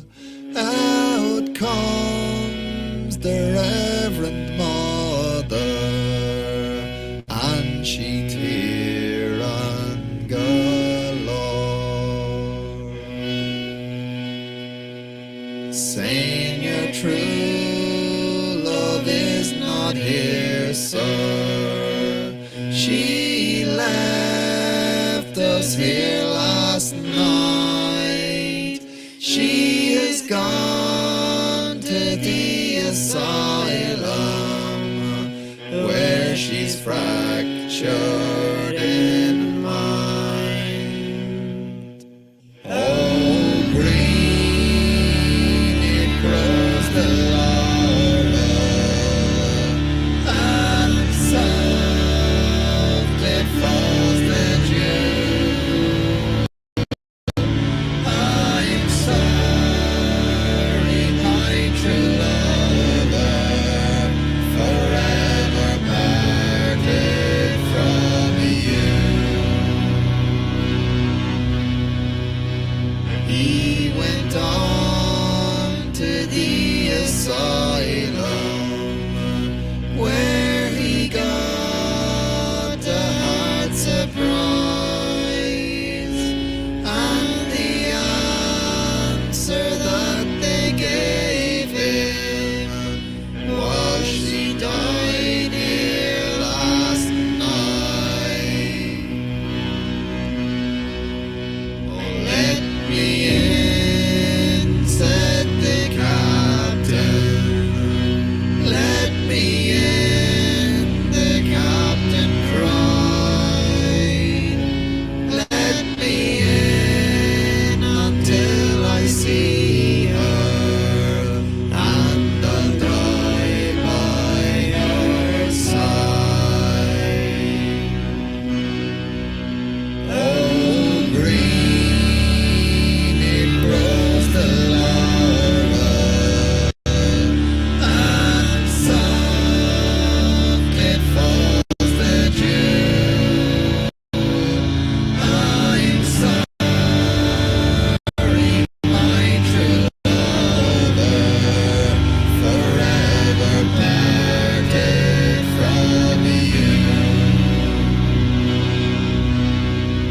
For he stood all at her left side, and his sharpest sword he drew.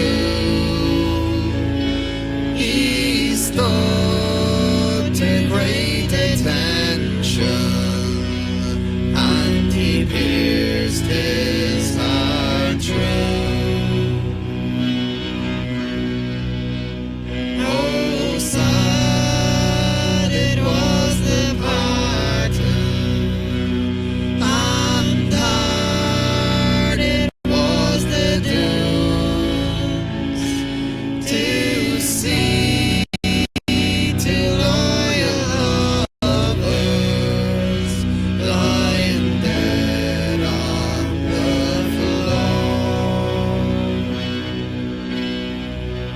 Oh, green it grows the laurel, and soft it falls the dew. I'm sorry, my true lover, forever parted from you.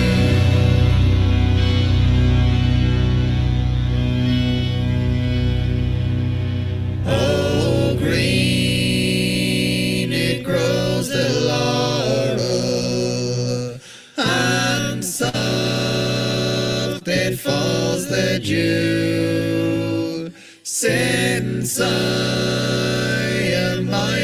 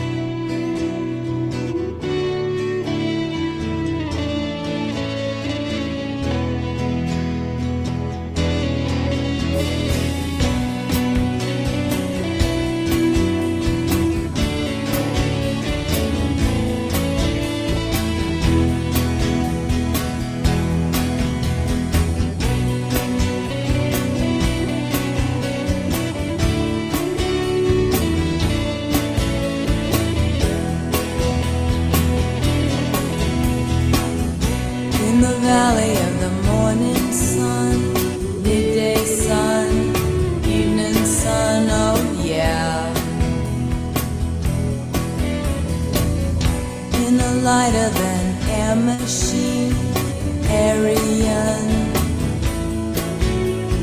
greener the skies. We are flying, lighter than air. We are flying without a worry or a care. Riding high under silver moon, over polar snow, under midnight sun. Victoria, Louise, Saxon, Santos Dumont, City of Milan. Captain, get your jacket on. We are flying, lighter than air. We are flying without a worry or a care.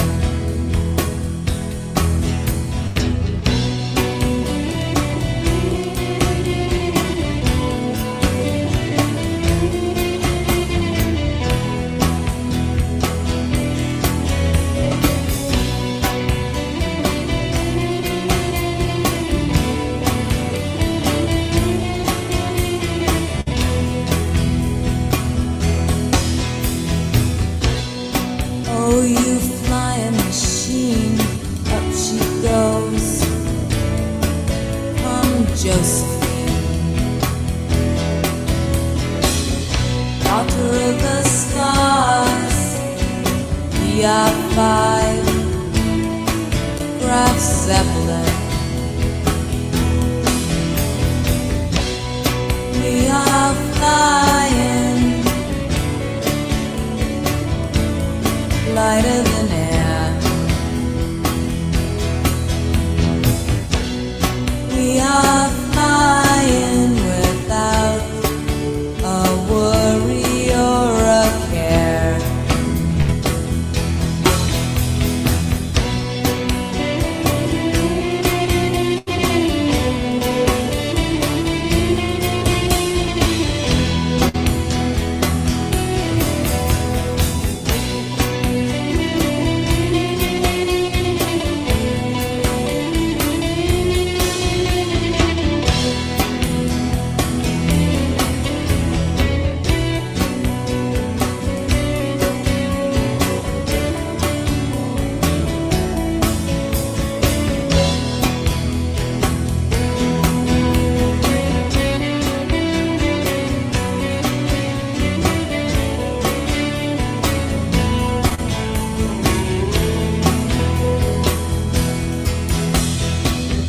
In the valley of the morning sun, all is lost, all is one.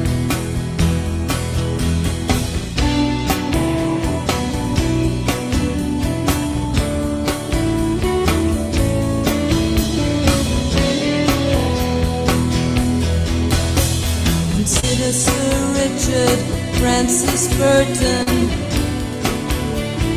Captain, get your jacket on.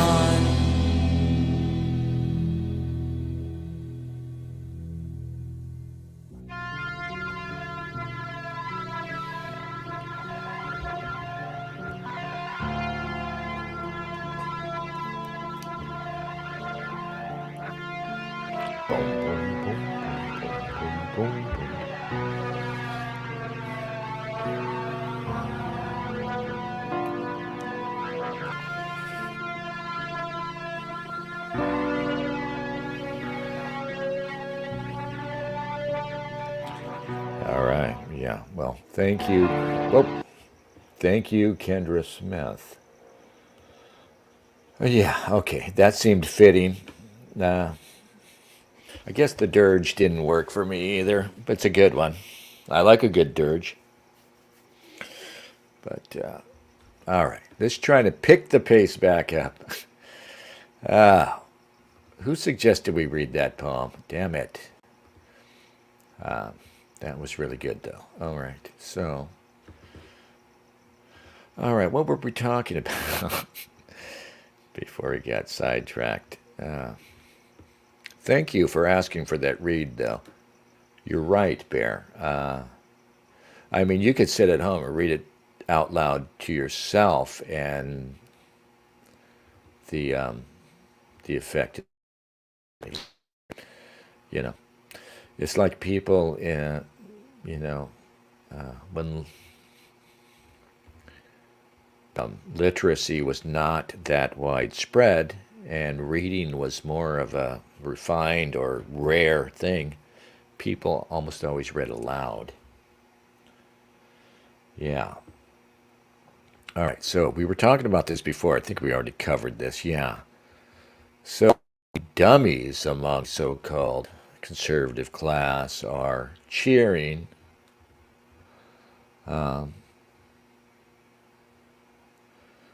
the so-called frat boys tearing down the lefties' anti-Zionist protest camps with the cops standing guard. And the cops seem to be really into this, shutting down the protests.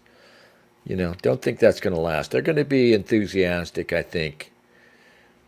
Every time they set the cops loose now, they're going to be enthusiastic. So when it's you out there thinking you're going to go and take to the streets on behalf of our interests, they're going to send the cops out. And maybe the frat boys, you know. Because in 2020, when there was the George Floyd protests and BLM, they they were effectively sending Antifa out to get us. Not the cops so much, but you know, the powers that be. Not your local mayor necessarily. I mean, here, not here in Portland. I'm not in Portland. In Portland, when I was there, they're all progressives and liberals, but they didn't really want Antifa to come in and tear everything up. You know, we saw Ted Wheeler himself get ritually humiliated and tear gassed alongside them, despite the fact that they're supposedly on the same side, the so-called progressive side. What a joke to call it progressive now. No, the local authorities, your local cops weren't down with it. But who was affecting it? It was national power. It was the people higher up, forcing not only on you, but on their lesser supposed erstwhile allies. They were forcing it on them too. And they all take it. They all took it. All right. So, all right. This is from, I think this is from England's column. Police, this is somebody calling herself Aisha on X, tweeting, police beat up and arrested students at the encampment for Palestine at Ohio State University. Is that the same? No, that's not Kent State.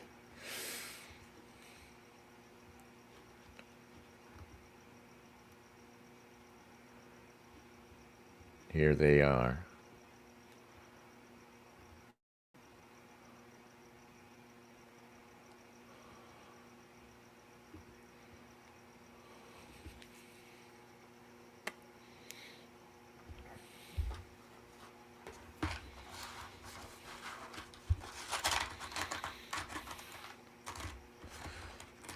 See? But, you know. All right. Yeah. Keep saying media. That's not going to help. But Yeah, see, the police are going to get away with this. You see in the crowd there the lime green hats of the Lawyers Guild, the Commie Lawyers Guild. They're on the scene, and maybe they will get to persecute these cops now for their roughing up protesters. So this is good. I mean, this is good because, talk about the contradictions and talk about exploiting the contradictions. The people who really run things are the Zionists, Like I said, the Zionists who aren't in Israel and who aren't Israeli nationalists, but they're nationalists for their ethnicity, who realize that nationalism by destroying any nationalistic or populist impulses we might have. And this is they're all convoluted now. They have to necessarily. They're in a late stage, a sort of degenerate stage of their power. Is that they find it necessary to send the cops out to club their erstwhile allies among the left, all the people that they imported into our countries, for one thing. The blessed brown people that they've imported, who are, overwhelmingly anti-Israel. All the young people that they've been filling full of this propaganda about colonialism and imperialism and white supremacy. Now they feel it's necessary, though I don't know why they wouldn't. Maybe, if I was them, if I was the grand man in charge, I might be tempted to say, no, we're going to let them protest and see if they don't wear themselves out. But instead, what's happening is that they are enthusiastically sending the cops out who are enjoying it. Maybe some of these cops were at the BLM. Some of these veteran cops had to take shit in 2020 and get spit on and abused. Now they're getting unleashed. And you see those lawyer guild guys in the background there, those lime green hats, those zombies who I've seen on the scene. In fact, when I got arrested with Antifa, I was put on a bus, and the guy sitting next to me was the fucking Lawyers Guild asshole. They're totally useless, by the way. Like, everybody's asking this guy, oh, hey, you're a lawyer. What's up? What's going to happen? I can't help. I can't help you. I can't tell you anything. I can't advise. I'm just here to observe. Honestly, I think there's a bit of contempt on their part. The Lawyers Guild people don't even necessarily feel that close toward these people that they're out here supposedly supporting, the protesters, the lefty protesters. And now those commies have to be feeling somewhat conflicted themselves. And the whole power structure is conflicted, because right now they're sending the cops who they hate, who they've been spending all this time inculcating your hatred of. Now they're sending them out there to beat on all of these people that they've been pumping up with all this anti-white, anti-colonial rhetoric. And like I said before, the young people and certainly the non-whites among them, they don't necessarily view Jews as distinct from white Gentiles as much as they view Jews as the uber whites, as the whitest whites, as the most supremist whites, right? And here they are right now, doing the worstest thing in the world, which is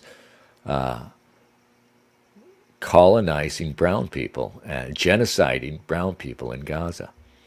So it's glorious, it's like,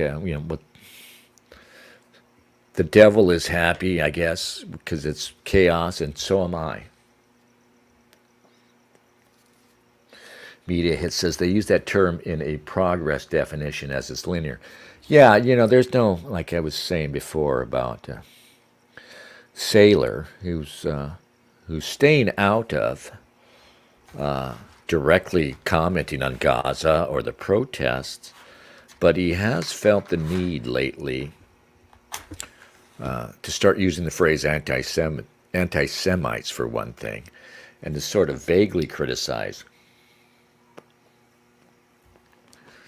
the anti-Semites, which of course are rotten in his own comment thread. Poor Steve, he's got his own contradictions going on, giving him trouble. But he's felt the need recently to sort of, like I said, sort of tepidly and vaguely defend the Jews generally.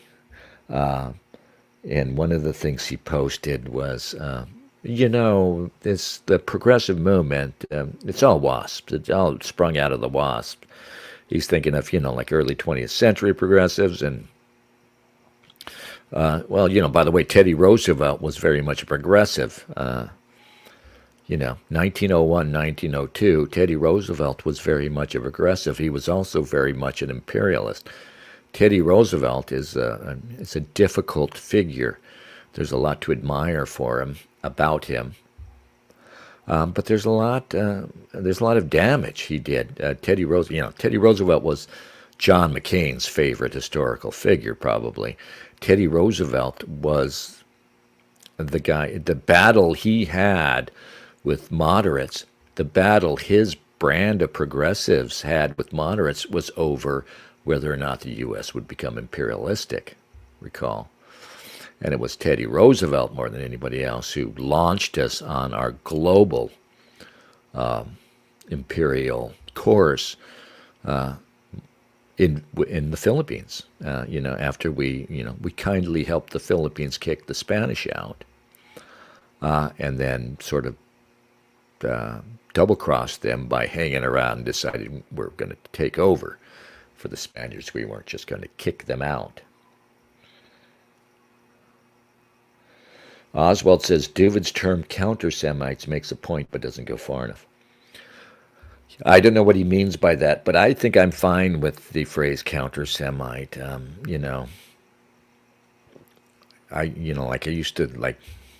I still feel this. I used to call myself a political anti-Semite, and that I don't really feel. I don't feel hatred certainly not for individual Jews. I'll miss the Cohen brothers. If we ever free ourselves of these people, I'll miss the Cohen brothers. Curiously enough, the Cohen brothers are like the last. Somebody said, I think it was Baird, just said, art is kind of over now, right? Left, right, whatever. There's nothing really there. And I was talking about old art and being positive and being optimistic and celebrating who we are. Curiously enough, it's the Cohen brothers. A couple of Jewish brothers who started out as snarky smartasses, really, but always have had a fondness for America. And I think I finally got around to seeing Buster Scruggs. I guess it was made in 2018. I didn't realize. And I was just blown away. I just loved that movie, and I just loved the attitude of that movie. It's just these guys genuinely like America. But that doesn't help us. And, people will cite that like, see, it doesn't matter. They're not in charge of anything. They're tolerated, And I'm telling you, it might not be long before even the Coen brothers are no longer tolerated. One thing that strikes me about their movies struck me in they did a remake of True Grit, of course, which is good, and which has again, it doesn't have any of these, I can't think of another. Imagine that. I mean, the movie. Here's the movie. If you know the story, right? It's about this sort of precociously intelligent and strong young girl who avenges her father's murder. Right? It's in the Old West. Anybody else making that movie now would have made it a girl power bullshit thing, right? But they managed to make this movie really in the spirit of the original. And anybody else making that movie, like, there was two things that struck me in that film. that I loved about the Coen brothers. This made me start to genuinely like. Is that there was no portrayal of non-whites or Indians in there, and there was like two appearances of Indians. One is they had like three men are getting hanged on the gallows, right? And one of them's an Indian, right? And they each get to say their piece before they die, and then the Indian starts speaking, and he starts saying, "My people," and you think you're going to get this like stereotypical noble Indian speech, and he starts in a speech, "My people," and somebody comes behind him and just puts the hood on him and tightens the noose. He doesn't even get to make his speech. And I don't think it was anti-Indian. It was just a good, funny joke. And this actually pissed off some critics. They were like, "Oh my God." And there was another appearance of Indians in there. And it's just Brewster Cogburn is walking into a place out it's out there in the boonies. And there's a mule, and there's two Indian kids, and they're basically torturing this mule by like tickling his nostrils or something with a stick or something, right? Just torturing this poor mule, and it's just squirming, and they're like, and he sees that, and I think he like kicks one of them in the ass to get him to stop, and that was it. And then in Buster Scruggs, it's all about white pioneers, and there's none of this nonsense about, oh, here's the Indians, or here are some black people that don't really belong here. None of it. It was just, people on a wagon train. They were good people. There was no fucking, no screwing around. And the only Indians that show up are the Comanches, and they're savages who are attacking, right? Nobody else would be. These guys, they're kind of grandfathered in. I think if they were starting now, they wouldn't even get to make their movies that they're making. But they've established themselves, and they probably make money for the studios, certainly. And the critics can't help but like them. They're very good. So they're getting away with it. But, of course, we're not going to have many more of those. Nobody's going to get to make good movies. I mean, you see, even Martin Scorsese is now making, white guilt movies. I just think it's funny. I mean, you have to just give up on films, right? I mean, I can't believe I used to take them seriously. Somebody here told me, "Oh, Kevin Grace can't wait to see Zone of Interest."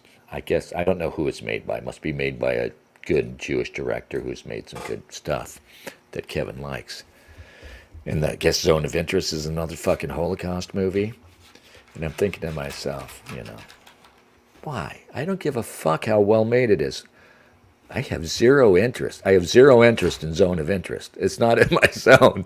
And I'm sick of them fucking pummeling us. Still, guys, still they're cranking out this bullshit. When I pull up, Amazon Prime Video, or I pull up, I don't have like cable or anything. Sometimes I watch videos on Amazon, or I watch stuff on YouTube. And they're still feeding us a steady diet of Holocaust horse shit. I mean, I don't know what's wrong with the normies out there. Why aren't you revolting in the streets just over that? I mean, it's still coming down the pike just regularly. We're still getting the narrative. Evil Germans and, Holocaust, and oh, how horrible, horrible, horrible. And what have I always told you? It doesn't matter if it's the greatest crime in the world. If they're going to use it to destroy you, doesn't matter. But it wasn't the greatest crime in the world. If it's true or not, it wasn't. It helps to be a little cynical. It helps to be a little jaded about things. And people will call it relativist. I don't think it is, though. But it helps to be like me, to think, yeah, I'm sure the great evil was committed by the Nazis. I don't think it was a complete hoax. But it's understandable somehow. Everything that humans have undertaken is understandable. Everything has an explanation. And evil is not that easily corralled and identified. It's not so very simple. But it doesn't matter. Like you said, greatest hoax in the world, greatest crime in the world, you should want to live. And if they're going to use it to bludgeon you, if they're going to fucking feed you a steady diet of this propaganda which says you're the baddies, you must resist. Don't call me the relativist. What you are is a coward because you just fold, right? I don't care how fucking good they are at their propaganda, right? If they just throw enough at you, you fold. What can I do? What can I do, Dennis? They're right. It was awful. Hitler was bad. I have to roll over now. Throw my ass in the air like a purple-assed baboon and take this shit. No, you don't. You deserve to live. God damn it. All right.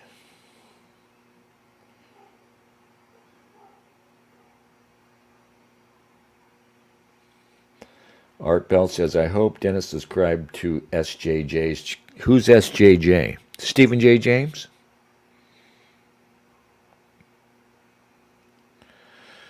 Dennis is very relaxed versus his Oregon shows. The sun is affecting his doom vibe. You think so? You mean I'm more upbeat? You should have been here earlier. No. I was weeping like a bitch. I blame you, Bear. You son of a... Meatyhead says, as if in real life there were female in you. Who is this?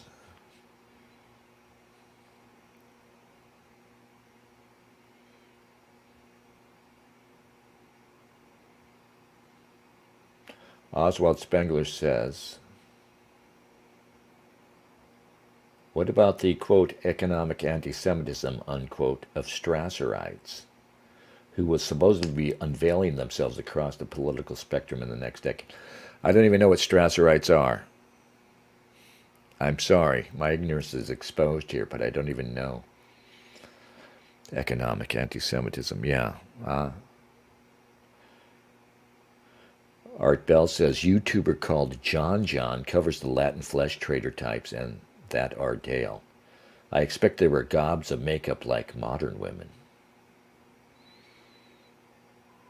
Media Hits, did you see the latest Predator movie with the female Comanche warrior? She also kills a group of evil French fur... Yeah, there you go, evil French fur trappers. Yeah, no thanks. It's sad. We won't be able to tell these stories. The most impressive people of the conquest of the West, the most impressive people of all,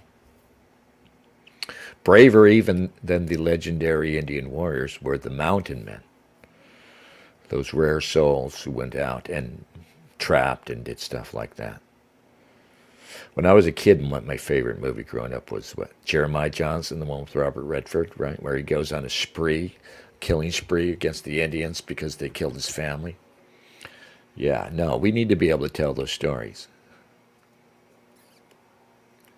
Media Hit says the latest Predator movie, 2022, is called Prey. Yeah, I won't even participate. Occasionally, I let myself watch these snarky reviews of bad woke movies, right? But I try not to indulge too much of that because it's all a distraction. Like I've said before, they kind of, it's kind of diverted, misallocated energy to be focusing too hard on what they're doing to film and stuff. It's just a tragedy. What we need to do is abandon Hollywood, just abandon it. So I thought it was really sad to think of Kevin Grace, queuing up for the latest Holocaust fucking kitsch. Don't do it, Kevin. You can never convince him. He's such a lover of cinema. But, even cinema, we have to give it up. It's over. It's over. Give it up. Yeah. Do we have anything else to share? Oh, this is funny.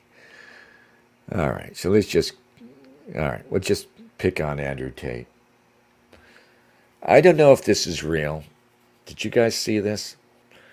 So Andrew Tate posts this. It's supposedly him standing at a counter at McDonald's, but I think it's a fake picture, right? Is he faking this? He didn't really go into a McDonald's shirtless. flexing and to intimidate this kid. So Andrew Tate has posted this picture, you see, and it says, "Someone has to flip the burgers, dumbass." I think it's a fake picture. But if it's not a fake picture, it's because this poor kid, right? Why would you say that about a 16-year? If I'm doing it, okay, dump on me. It would still be honest work as far as I'm concerned. Fuck you. But okay, yeah, I'm a loser. I could have done better. But it's like a 16-year-old kid. It's his first job. I mean, you don't know what the fuck this kid's going to do with his life. It's good for him to have a job. It's too bad it's crappy food. I still have a Big Mac once in a while, though. But anyway, Andrew Tate, it's real. It might be real because the kid looks as uncomfortable as you would be if you had this hulking weirdo, for some reason shirtless in your McDonald's standing there glaring at you, right? What are you doing? Like, he has that uncomfort, everyone who's been 16 years old has had some weirdo grown man give him a weird look,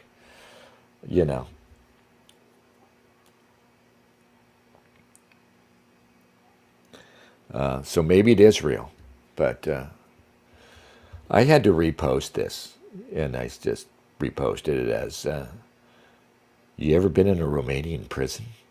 That's his come on for that poor kid who's just trying to get through his fucking shift, right? Poor little guy.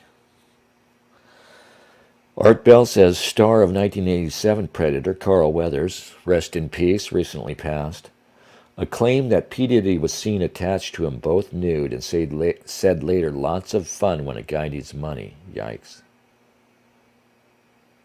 They say that Diddy took out 12 lives. What are you saying, Art, that P. Diddy was attached to Carl Weathers? Wouldn't Carl Weathers be able to defend himself against P. Diddy? I mean, he was a big, powerful guy. A.J. Benza claims. A.J. Benza, I remember him from the old Howard Stern show. Howard Stern, right? Do we need to? Should we? You guys have probably seen it. I mean, is he worth talking about? Again, more misallocated energy. Talking about... Here you go. So... Apparently Howard Stern is an idiot. Not only... Apparently he wears a wig and suits now. I'm so embarrassed that I ever listened to him. By the way, he hasn't changed really. I listened to Howard Stern like through the 90s. I heard his first show in L.A. I was working in McDonnell Douglas building airplanes. And I used to go in like at 4 a.m. And that show, because it was live on the East Coast, would actually come on early. It would come on like at 4 a.m. in L.A., and they would play it until, whatever, 6 or 7 or 8. And then they would stop the live feed, and they would start over with the... take it from the start, when most people were up and going to work and would hear it. So I actually heard his first minutes in L.A., loved the show and listened to it like all through the 90s. And on and off, right up till I think around 2005 when he left for Sirius. And I will say this in my defense, I at least had the good sense not to go buy Sirius Radio because I had to go follow this asshole. I mean, come on. I'm not into anything that much.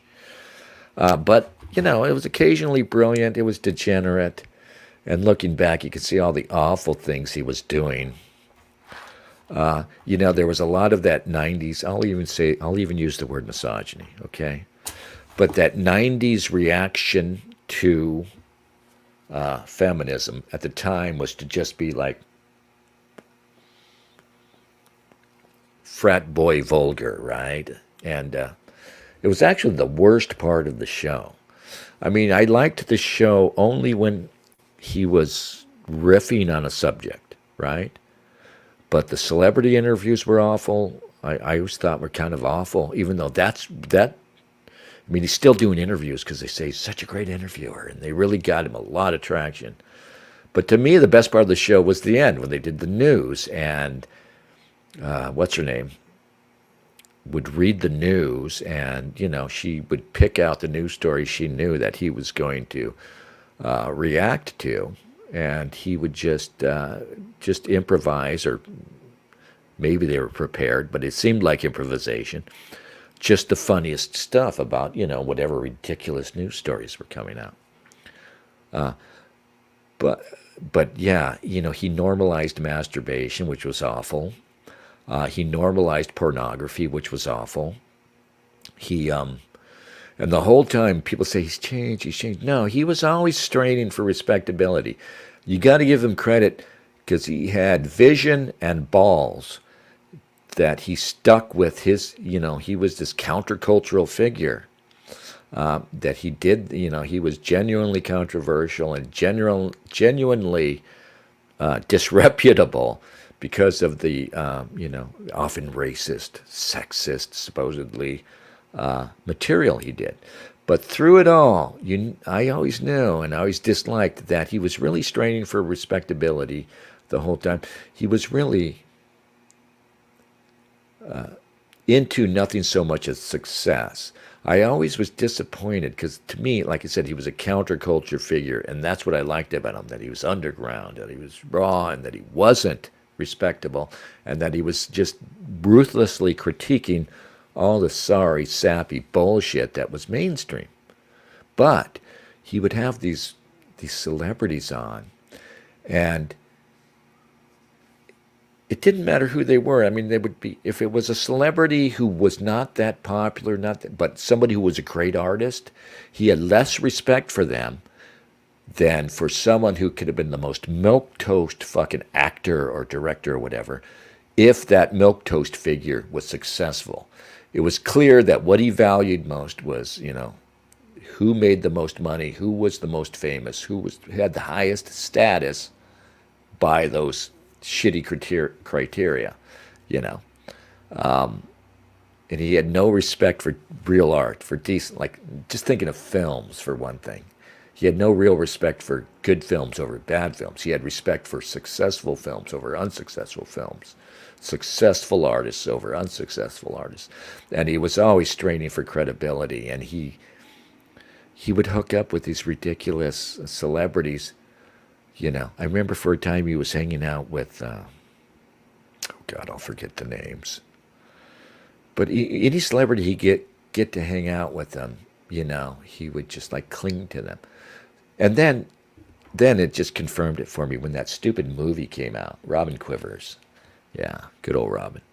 Yeah, and Oswald mentions he's Jewish, and he was always a horrible, horrible Jewish supremacist, and that was always awful. And his disrespect for us was palpable the whole time, And back then, I didn't realize just how malicious this was. It was like, oh, so he normalized that for you too, Jewish supremacy. But when that fucking movie came out, so he had the book. Somebody actually gave me that book for Christmas or something, Private Parts. And it was moderately funny. It wasn't much of a book. He just threw together a bunch of jokes. It's kind of like Steve Saylor does books. He just recounted some of his better jokes from the show. Threw a few jokes, and it was like a joke. It was like a Jokes for the John book. But it was good enough. And he was still, in my mind, a counterculture figure. But then they get a movie made out of it. And that movie was such a... I didn't finish it. That movie is such a fucking tepid, milquetoast piece of shit movie, right?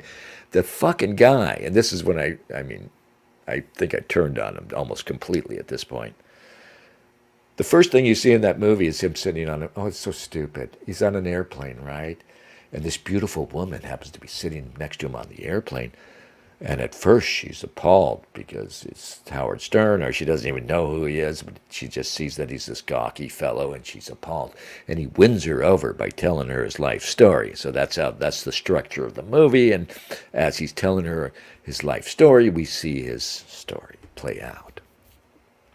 But the first thing you see of him, he's sitting in his airplane seat, and It's like they've given him the makeover, right? Remember when women used to get a makeover at the Macy's counter, right? You get dolled up, you get bald, you get your hair done. He's had a makeover. He's sitting there. He's like a girl. The hair is glorious. It's all like perfectly the volume and everything, right? And he's like made up.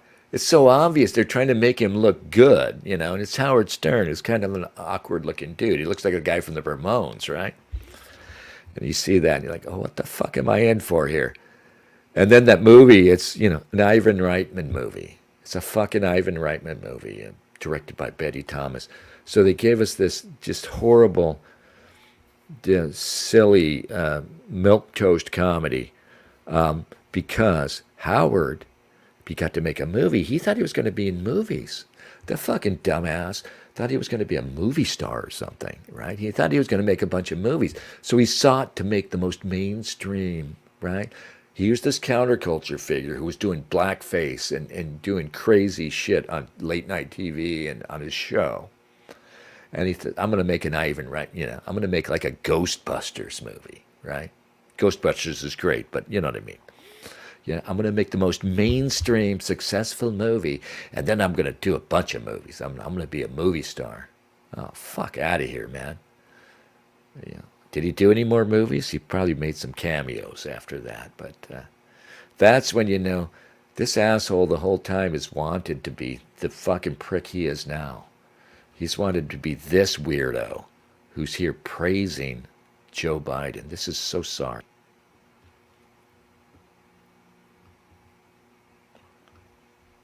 Oh, God, I haven't even heard this one.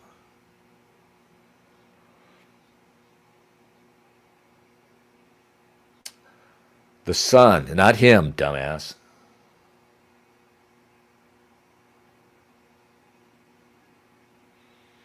Can he? Oh. I've got more mileage out of that dead son of mine. I fucking love that kid. What about Hunter? See, the old Howard Stern would have fucking asked about Hunter. He would have been all over the Hunter story. I bet he didn't even mention Hunter once.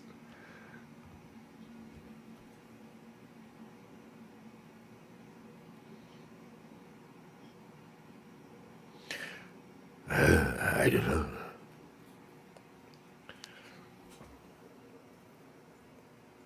This is...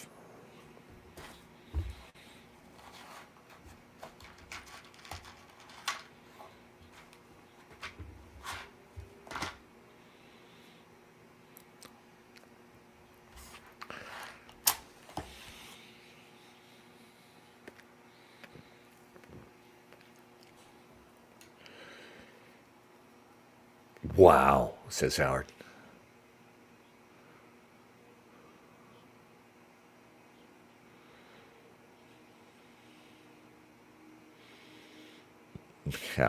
Howard's basically Oprah.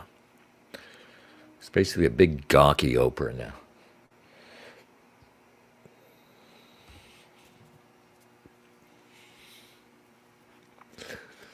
Biden is actually coherent here.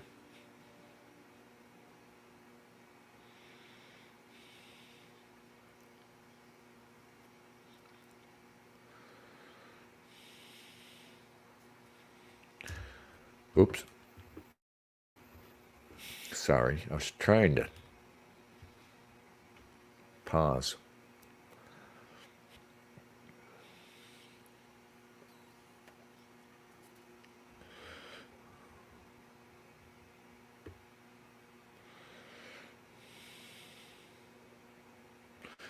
This is all set up, by the way. This is all okay. He sits down with Biden's handlers, right? Because Biden infamously doesn't do anything that isn't scripted, right? And he sits down, and Howard, of course, is very much into it. They don't have to coerce him at all. And they just sit and map out, okay, we're going to do 10, 15 minutes on Bo, yeah. No time for Hunter, of course. Maybe they talk about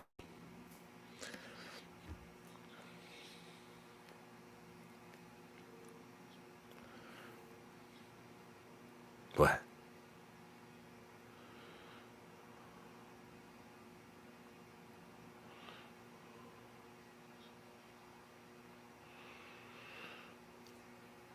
Look at Howard. It's hard. I don't want to, I don't want to rag on this. I mean, whatever his son's motivations were, you know, it takes guts to volunteer for wartime service, but Biden just notoriously lies about everything, so we don't know if he is not, in fact, doing really a very reprehensible thing here and making up shit about his dead son. I mean, I think he's gotten a lot of mileage out of his dead son. I think the honorable thing to do would to be not talk so much about Bo. I mean, he's bringing up Bo all the fucking time, and he's Joe Biden, so I think he generally does love his family, but he loves that dipshit Hunter too.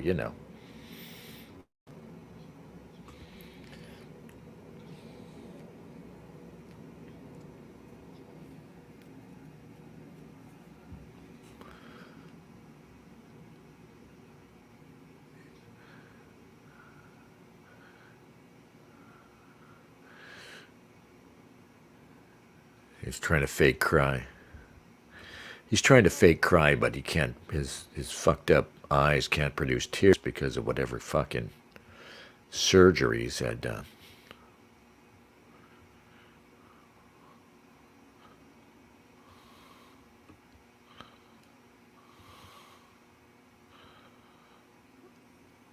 Jesus. Calming influence, yeah. Shouldn't he be praising dumbass Donald Trump for getting the vaccine out?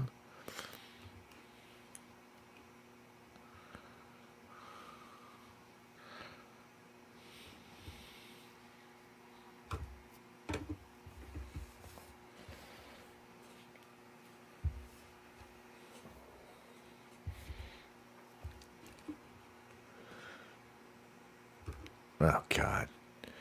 A part of this is that early on in Trump's candidacy, he was best pals with Trump before, it became, unpopular to be friends with Trump.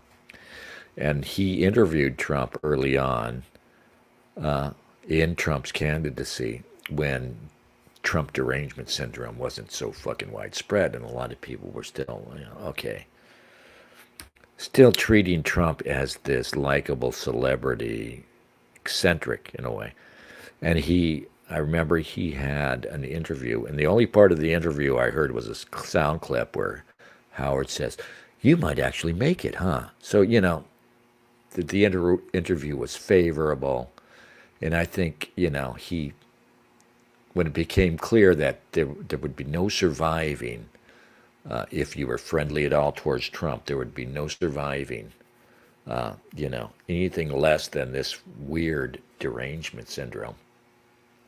He decided, okay, I'm going to switch, and I'm just going to go full bore, TDS.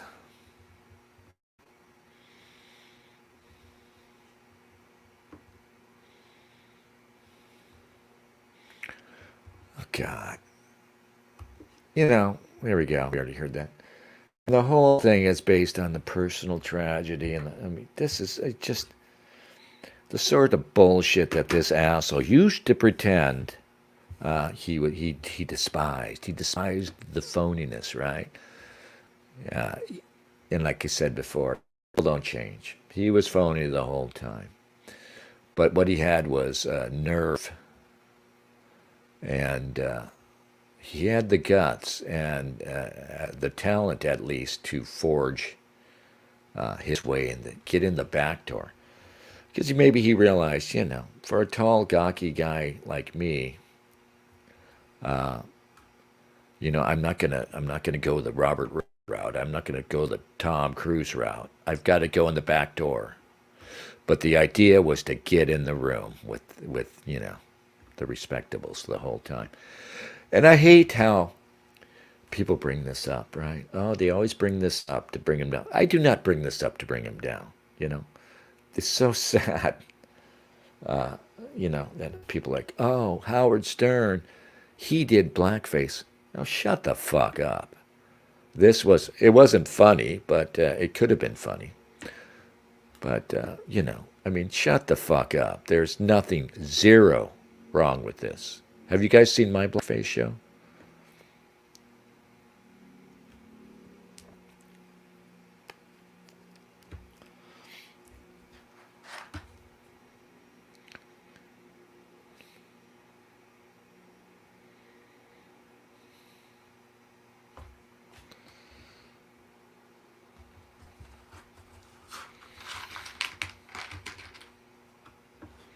Oh, God.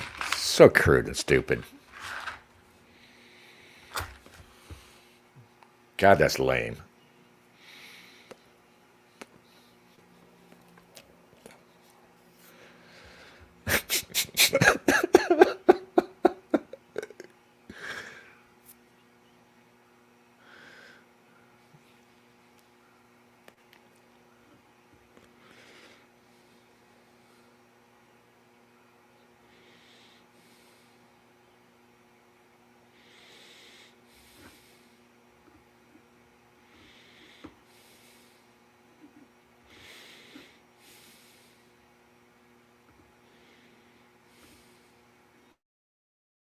Awful. Just stupid. It's just say the N word over and over again.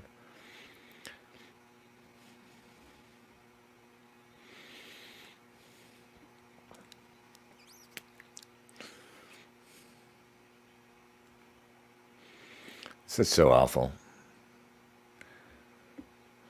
The only thing I don't like about this is the jokes don't work. It's just lame. What they were doing, of course, if you youngsters don't remember, you guys couldn't hear it. You couldn't hear it. Oh fuck! You couldn't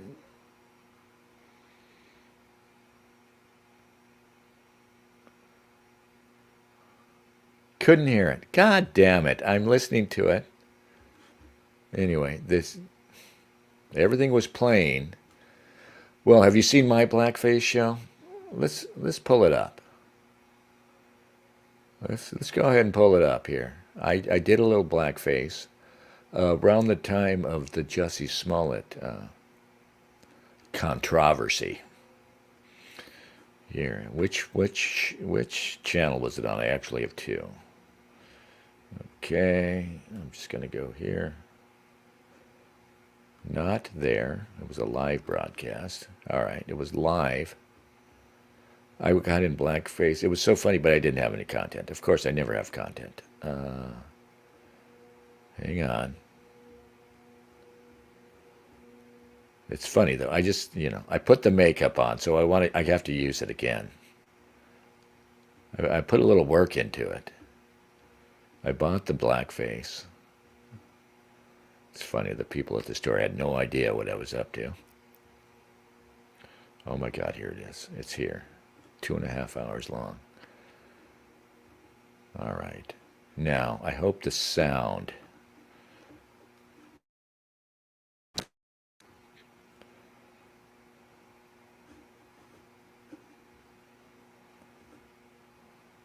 What? What happened? This is my blackface.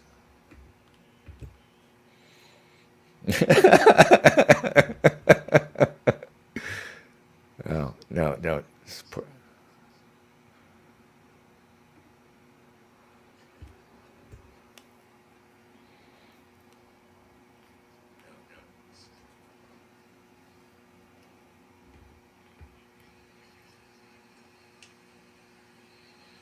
Oh, my cat. My dead cat is there.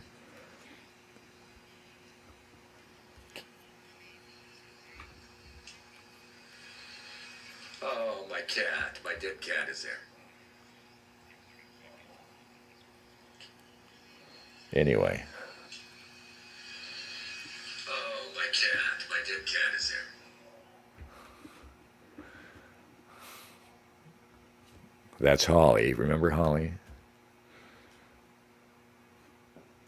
Hey, what's up with Exy? Oh, yeah. Well, we tried to do. Yeah, if I had, people to work with, we could have done some really great things on YouTube. We really could have.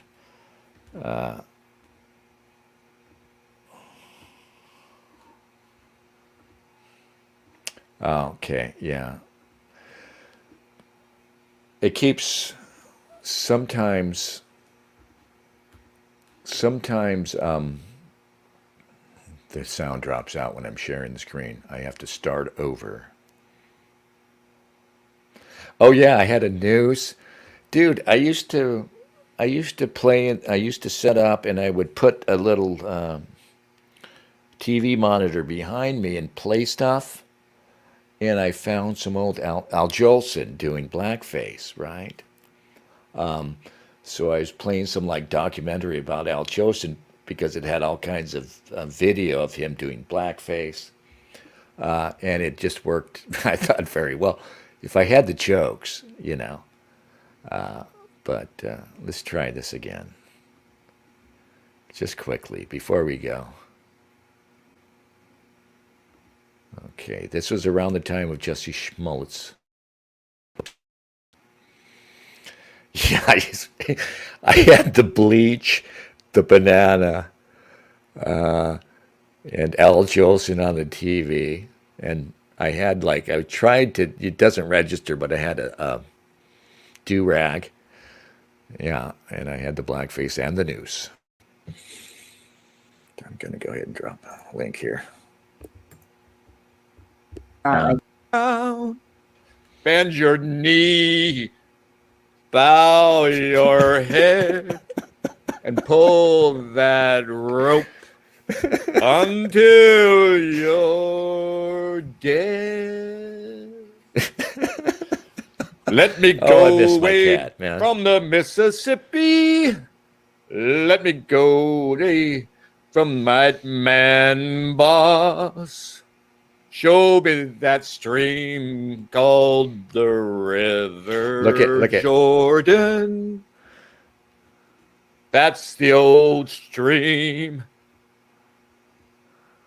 It's funny because, yeah, what's what appears on the screen behind me? Sometimes happy accidents happen when you're doing things. Where is it? Anyway, at some point, the Star of David is on the screen behind me, and I just thought that was perfect. Perfect sort of accident.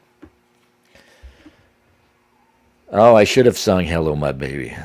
I should have sung Mammy, but I sung that song from Showboat. Anyway, all right. So we have to cut this short because we're bringing up the old blackface videos. It's over.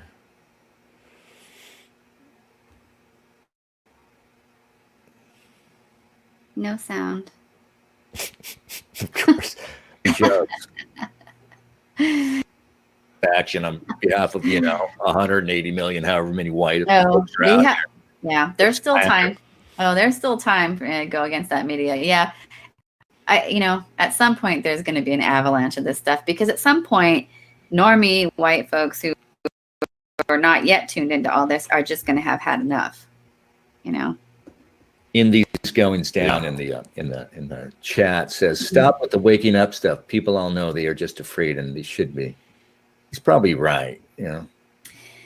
Well, yeah, I don't know about that though. I know a fair amount of All right. boomers who don't really. Miss Holly too. Good old Holly. Good old Ecky. Good old Cat Gus. Yeah.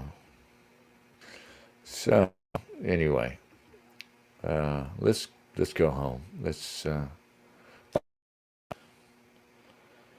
Yeah. Thank you all for coming out. Thank you for your support of the channel.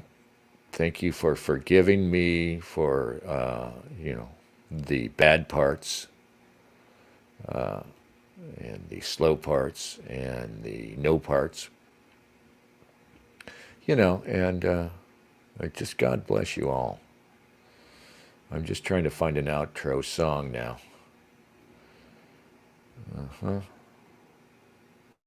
Thank you, Bear. Thank you, Media. Thank you, Art. Sam Bankman-Fried. I hope I hope your time in incarceration benefits you. And again, I'm just trying to find a song here. Just something to play us out. Something to play us out of this mess.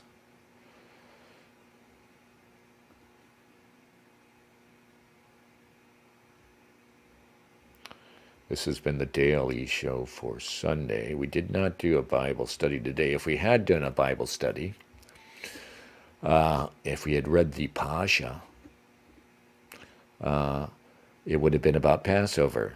As you know, Passover is coming, and one reason that they're cracking down on all these anti-Zionist protests is because I think because Passover is coming, and we can't have the Jews won't be able to celebrate killing Egyptian children if people are bringing attention to them presently killing Gazan children. So it'd be very awkward if they were allowed to protest during Passover.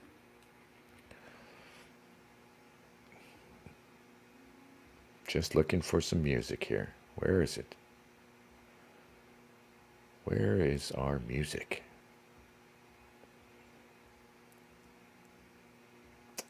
Something, just one little song.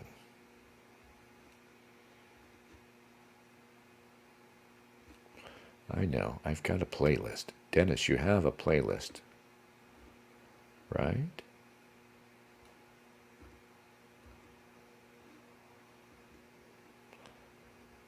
Thought you had a playlist. Maybe it's an audio library. I don't remember where things are now. Oh, no, not in there. So you have to go to your regular YouTube channel and look for a playlist.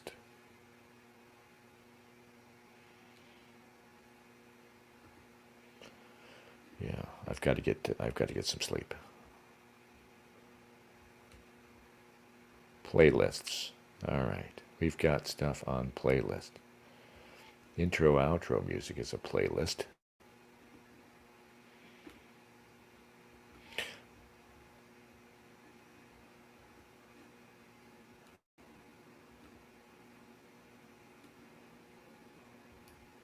And just remember, kiddies, just remember who your mind belongs to.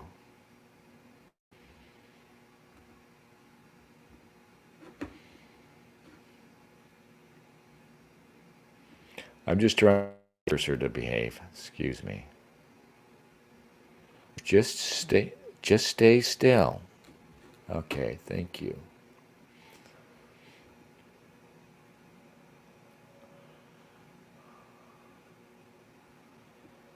So Carl Weathers needed money, and that's why he submitted to P. Diddy. Yeah, I just, I don't understand it. I don't understand why P. Diddy wants to do that, why people submit. It's a thing, and it's a thing I would have never believed if it hadn't gotten this far. All right, thank you. God bless you. Just remember who your mind belongs to. The state. Accept your existence on the planet with a certain peace of mind. Well, I accept my existence. I don't accept the situation that I find myself in on this planet now. I think that's a real struggle. The situation being? That I live in a culture which is permeated by dominance and oppression, and that's not only within my culture, but it's around the world.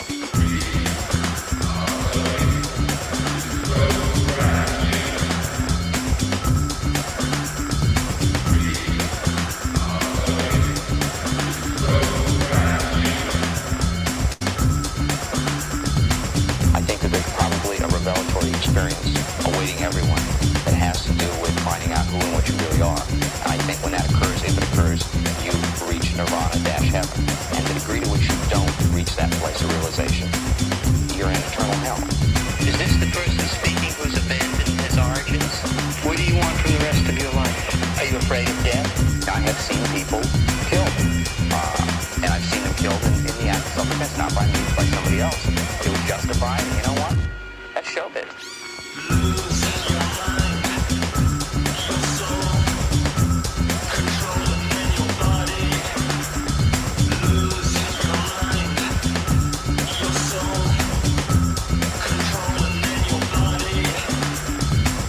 Do you have murder and rage in your soul?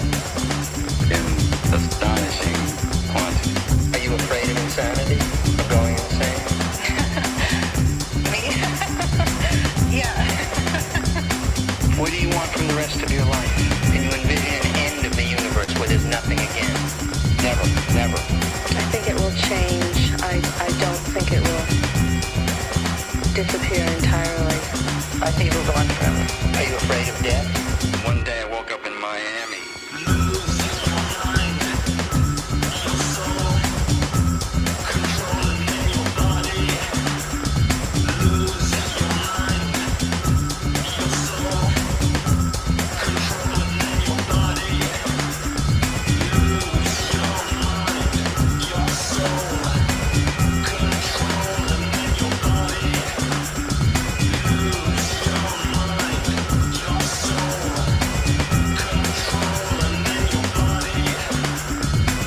When you meet a lady and she says, well, would you like to make love? Well, the first thing I'd like to do is fuck, not make love.